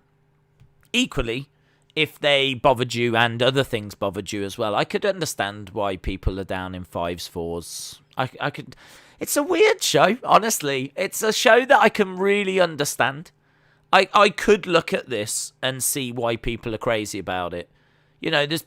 I look at the Judas entrance and I roll my eyes because I'm like, this is so forced. Like, there's no reason as to why MJF has taken that music away. Because he would know, surely, he's not stupid, he would know the fans are going to sing. So if Jericho's going to come out to no music, the fans are going to sing the song, right? The fans sing the song every week. So MJF ain't stupid. I mean, they haven't presented him as being stupid. So, like, it should be a case, if I'm MJF, if I really want to hurt, then he should come out to a different song. Something that's going to actually drown out the crowd from singing Judas. If I'm MJF, that makes sense. Not no music at all. Because then it's just like this awful manufactured, let's get everyone singing Judas kind of a thing. Because of course they're going to do that. I mean, that would be like the easy... If you could bet money that they're going to do it, it'd be the easiest money you'd ever win. So I look at that as being like this horrible manufactured, fake, kind of just doing it to get Judas even more over. It's just a little thing that they can share on social media, and it's all dirty and fake and manufactured and. But AEW fans would be like, wow, look at that entrance. That's an entrance. Look at that. Look at the passion from the crowd. This is why I love AEW, because everyone's there together singing. It doesn't matter that MJF has taken it away. We're going to sing it anyway. And I can see that. And I get that. So it's so interesting to me. It's so interesting. I can see the spectrum. I can totally get why people love it. And I can totally get why people hate it. And most of the time, I tend to find myself in the middle. So, it's interesting. It's really interesting. Really, really interesting. Mr. Williams said it's a clear 6.9. Some Solution says 10 brawl counts. 10 out of 10. Brendan said 3. Brian said 7.25. Jericho did all the creative for that match. Dave's copying what he wears this evening. Dave said he loves AEW. Jace says, I love dogs and cats. Controversial. You love both ends of the spectrum. The Impact crowd is the best, says Heather. They're 10 out of 10. 7.5 says Legend Killer. Same as me. Austin, shout out to you. Only thing I hated was Jurassic Express not winning the titles. Which is cool. AEW needs to learn a lot, says Burn It Down. Do you think AEW have watered down the concept of near falls during matches? Do I think they've watered that down? Near falls. I don't know. Near falls have been overused for a long time. Close finishes, false finishes have been used for a long, long time. So I wouldn't point to AEW for watering that down, but I do think there's examples. Obviously, the Sean Spears one comes to mind, where you'd look at that and go, shouldn't be kicking out of that. Everyone knows my frustration, and again, this isn't just AEW, but I feel that the reverse Rana is an incredible finisher. I mean, I can't understand how something where you get dumped backwards on your head, your whole weight of your body is falling onto your head and you're being hurled backwards without even realising. Like, you, 1 minute you're standing there, next minute you're being thrown backwards and dumped onto your head. And then people kick out. That just... So I wouldn't blame AEW for it. I think there's a few issues with things like that. It's amazing how lively AEW are, and when you watch Raw, it's like you're attending a funeral, says Primo.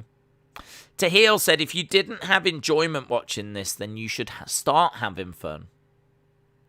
Burn It Down said, Days will read this. KFC Brunion said, can you have coconut water? Do you think Aubrey is over?